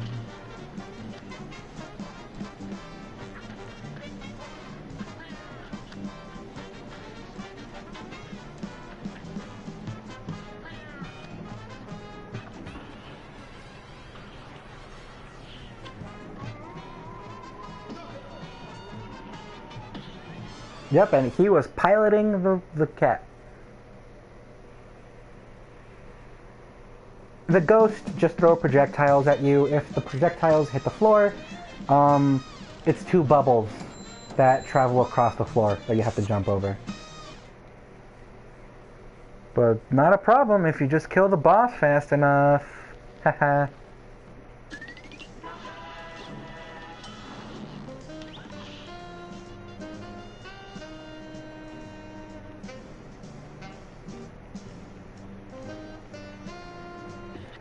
And, who do I want? Yeah, Divine Relic. Rugged Ridge. The final run-and gun.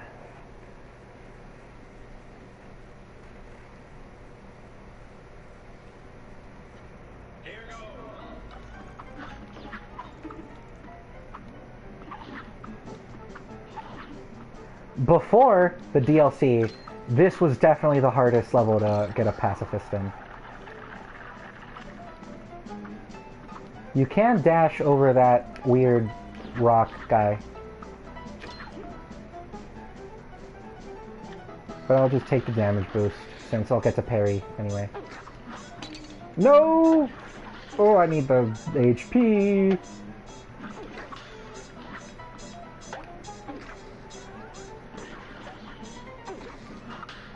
Ah. Rip my pacifist. Hello, coin. I need to scratch my nose. Ah.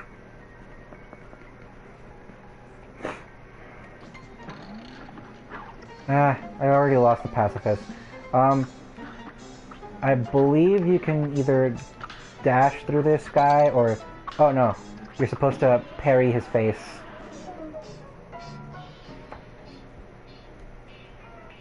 Oh, I'm remembering how I can do this. Never mind. I'm gonna do the level the speedy way. Rather than the pacifist way. I believe Chalice is pretty good for this level, but, you know, I'll just do a run and gun for normal for once.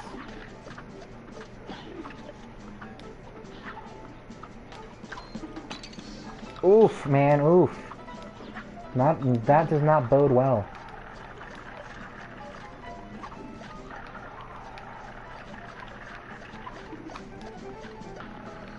There we go. And I can heal myself.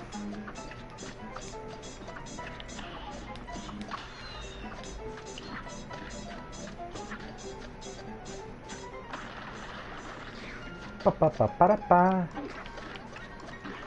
Pa pa da pa da pa.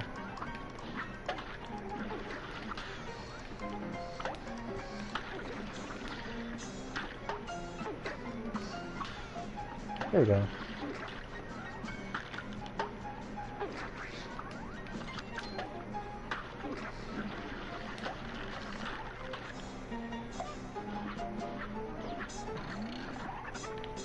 Oh, not what I wanted to do. Oh, well, I killed it anyway. Coin right there.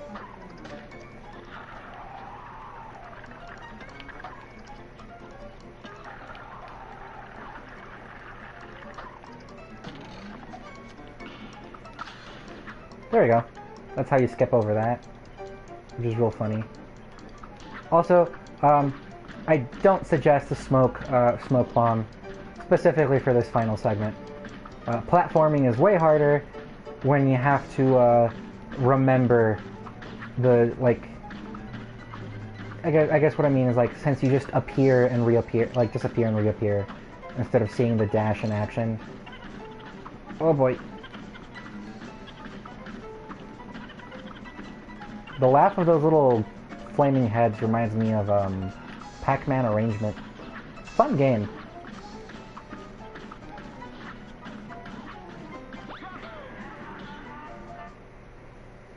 And that was the final run and gun stage. We're done with those. And then the worst boss in the game.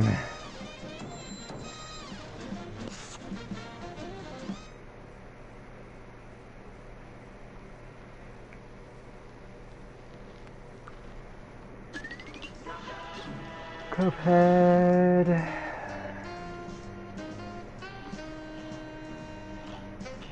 Pork Rinds Emporium.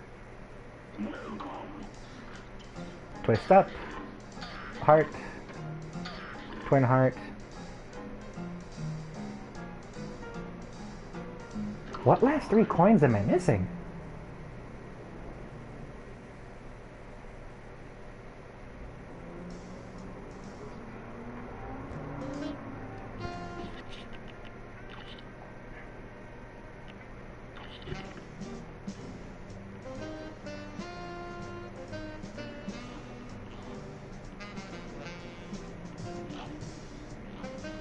Got all the ones on the ridge.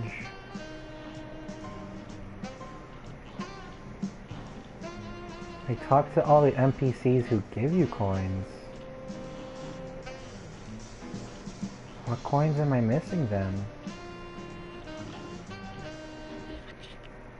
Anyway,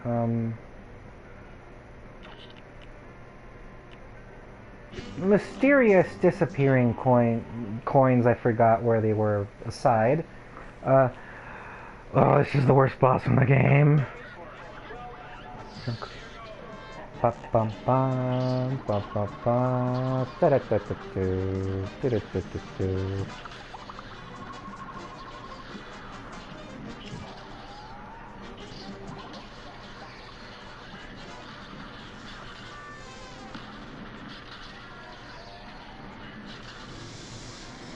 So, the gimmick is that he has these 3 body parts, and each time you break one body part, that body part's attacks get replaced.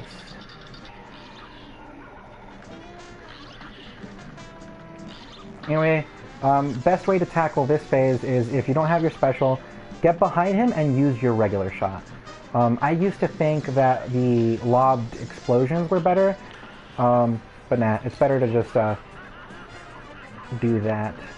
And the reason I bring the heart ring with me is because this last section is just pure bullet hell, and restoring your HP is very valuable because this is half of the fight. Like, literally HP wise, this is considered half of his health bar.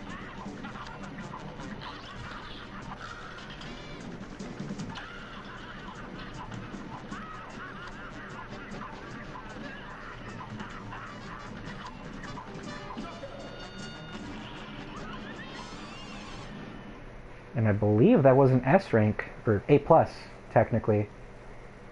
Actually, oh, no, I didn't use a special enough times.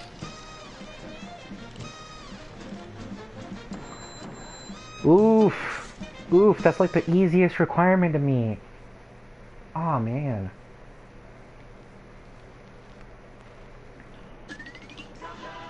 Cuphead. Full contract, Dr. Cal's robot. So I got the hidden coins in all 4 aisles.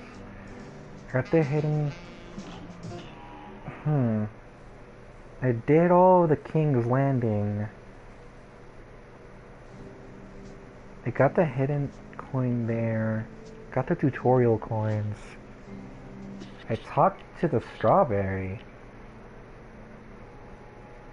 So what could I be missing? Huh.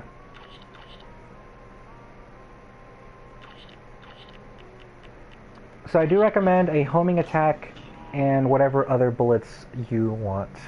This fight's an interesting one. Well, looky here, you actually pulled it off. But you've made me lose a bet.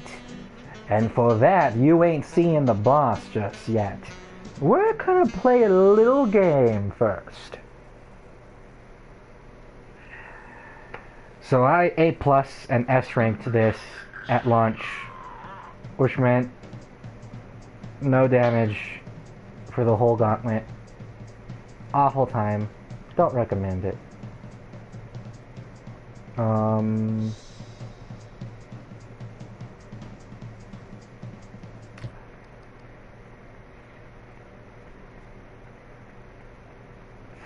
gonna be cheesy because I want to show the fights I favor specifically, because you're required to do 3 mini bosses and then fight King Dice himself. And the way this fight works is that you parry the dice, but it is a consistent sequence. He goes 3, 2, 1, 3, 2, 1. And you want a 1 first, because Converge really trivializes this next fight.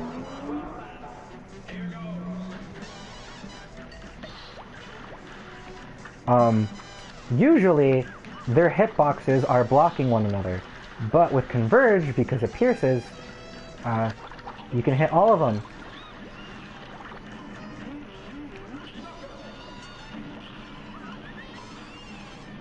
It took more damage than by more damage I mean 1 whole damage, more than I wanted, but yeah.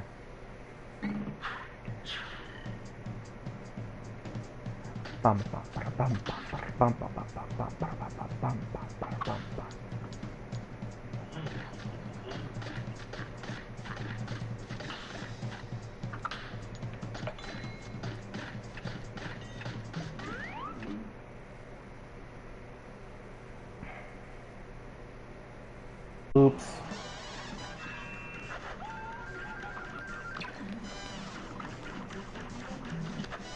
Yeah, I'll be fine.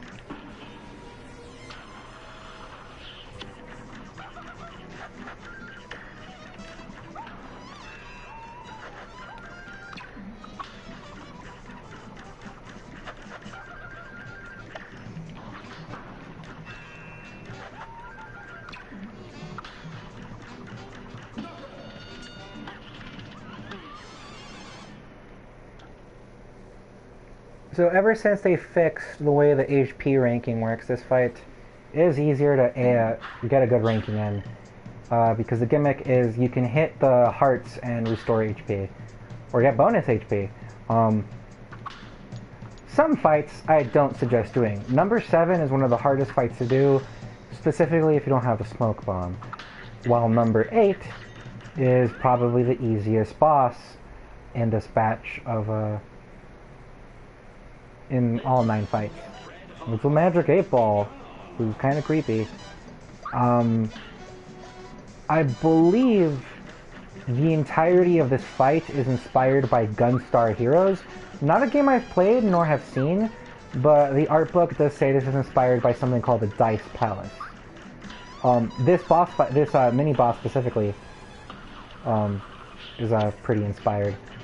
Also, the 8-ball itself does not have a hitbox, which I think is real funny. But as you see, done and over with.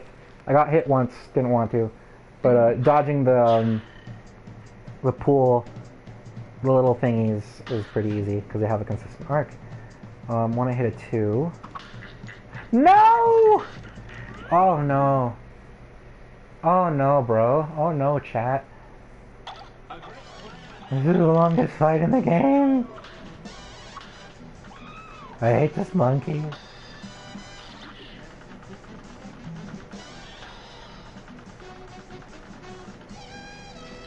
You're forced to do a memory game every interval. MDHR, that's Mugman. MDHR, that's a different MDHR logo. King Dice on the left, there's Mugman. Mugman over here, Mugman over there.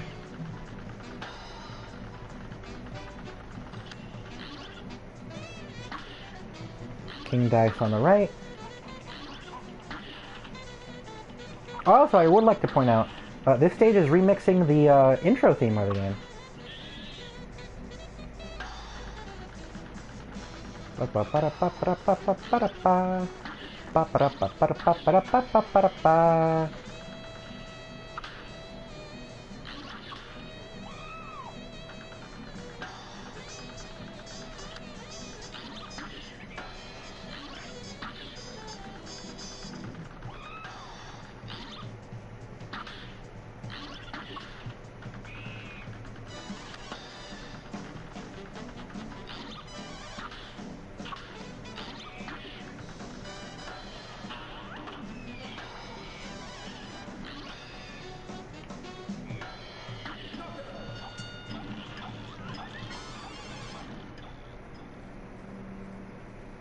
Oh, I'm so glad to be done with that.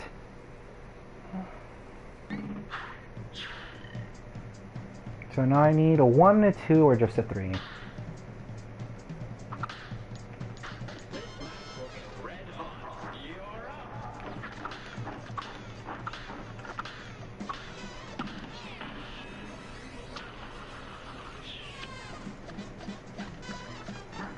This is his only attack.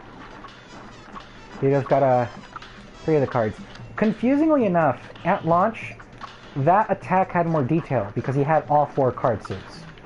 I don't know why they changed it where it's only hearts and clubs.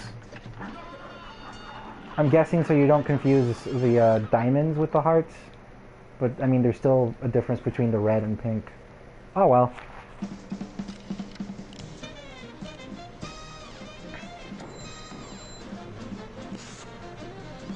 Golly, a perfect score.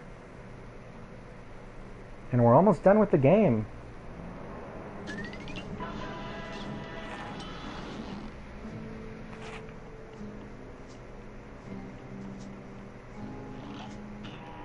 The devil in one hell of a time. Well, well, well, look how far you've come. Not only did you bust up my good-for-nothing lackey, King Dice, but I see you've got my soul contracts, as agreed. Hand them over and join my team? Welching on me just like all the others, eh? I'll teach you for backing out of a deal. Have at you. Die, monster! You don't belong in this world!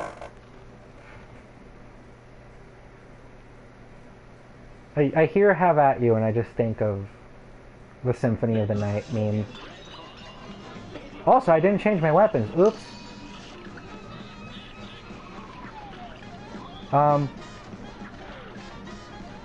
So, with Chef Saltbaker, I brought up how I like the music changing with his phases.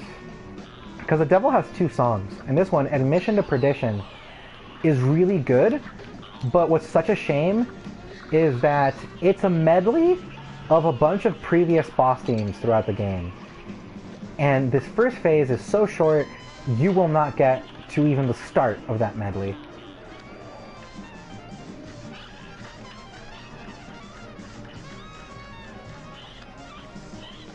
And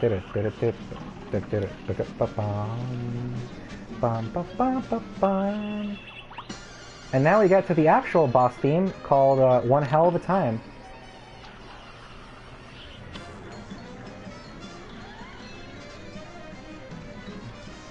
So his eyes telegraph what his next attack is. Didn't see one, but he can summon a bomb out of his ear, and that is half of the screen. It's a half screen wipe. Pretty brutal attack, honestly. Oh boy. Oh boy, oh boy.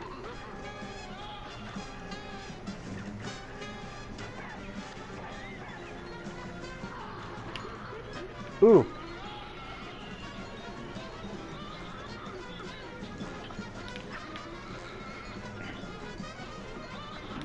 No!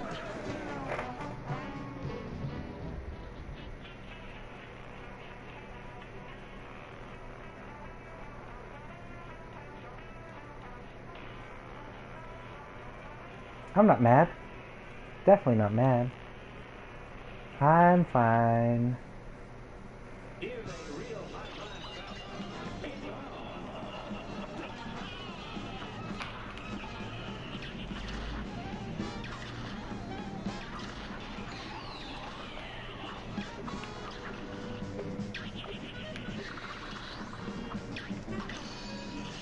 The weapons were good. They're both good DPS, especially Crackshot. Crackshot has better DPS than a pea shooter if you're hitting up close. And Converge, he has 2 hitboxes on his eyes, so Converge is also pretty good for that fight, actually. For the second phase, I mean.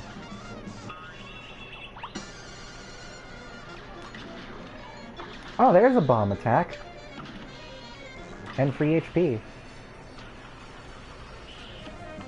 So you want to bring spread, because you got this DPS, see? And he always spawns a henchman on the left first.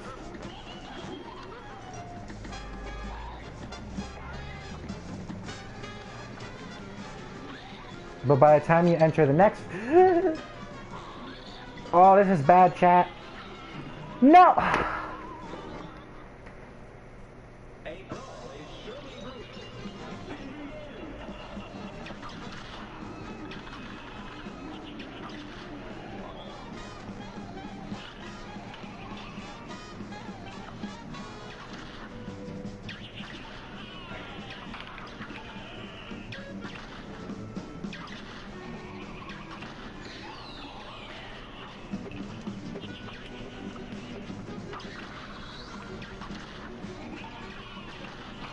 Ah, darn.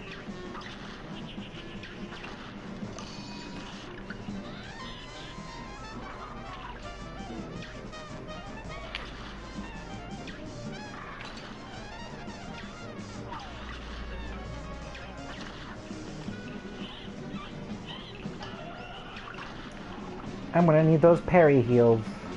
Don't like how his his trident becomes flaccid. I can't think of a better word.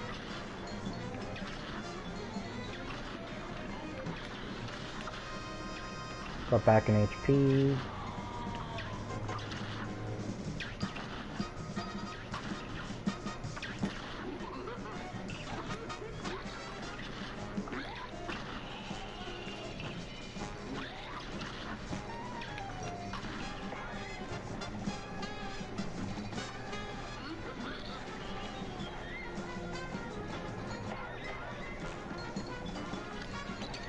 Oh!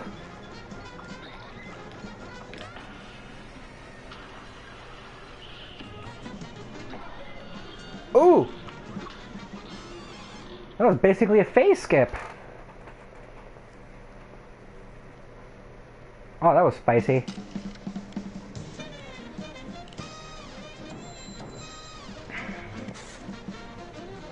A brand new record!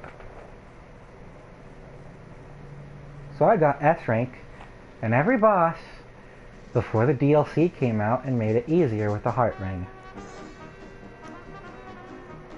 Da, da, da, da, da.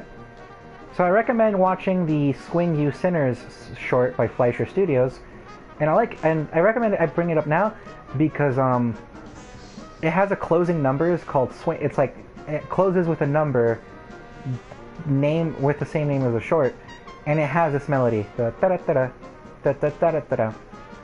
The brothers had triumphed over the demon, forcing him to finally give up.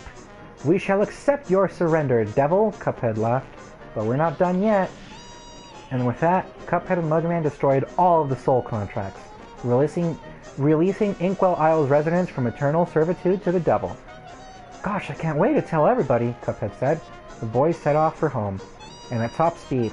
"Come on, last one there's a leaky cup," Mugman teased as they ran. Once home, the brothers gathered everyone together.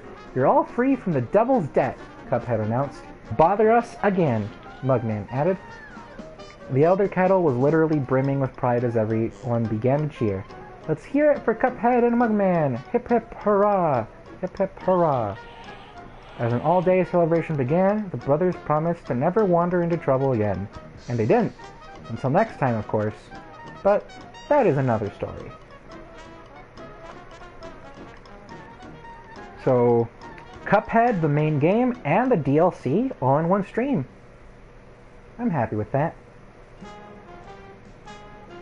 Our sincere appreciation to the members of our team whose loyalty and creative endeavor made possible this production.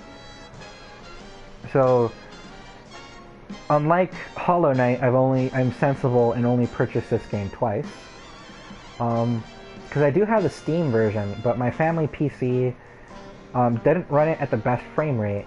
And then finally, some years ago, they finally ported it to a PS4.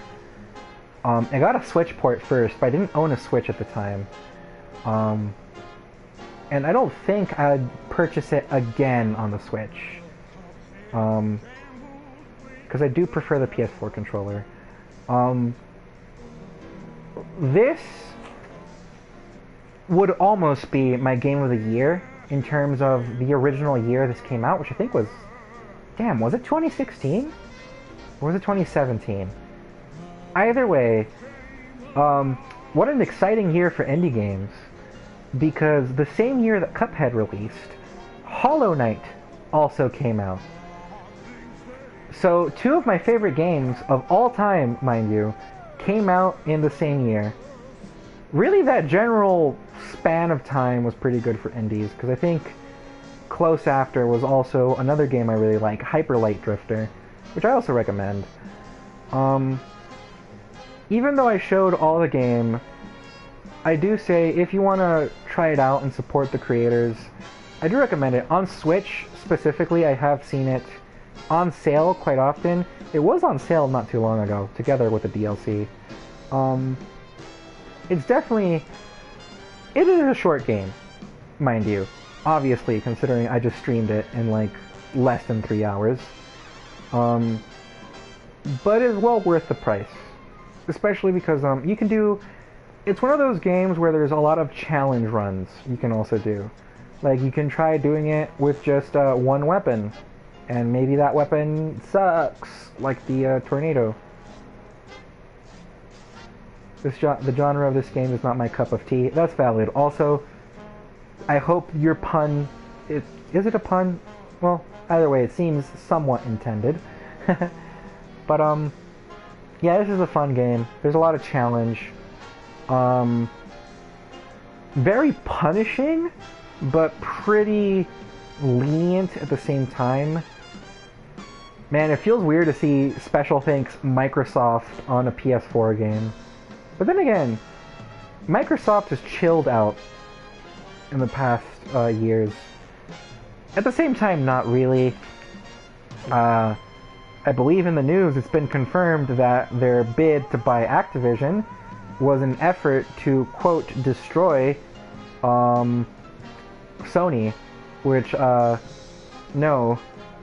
Although I think it's kind of pointless to argue. Console wars are ridiculous, because nowadays, sure, like you still have your exclusive to consoles, but each console has its benefits. PS5 has exclusives and a pretty cool controller. Xbox has all that backwards compatibility, and that's pretty spicy.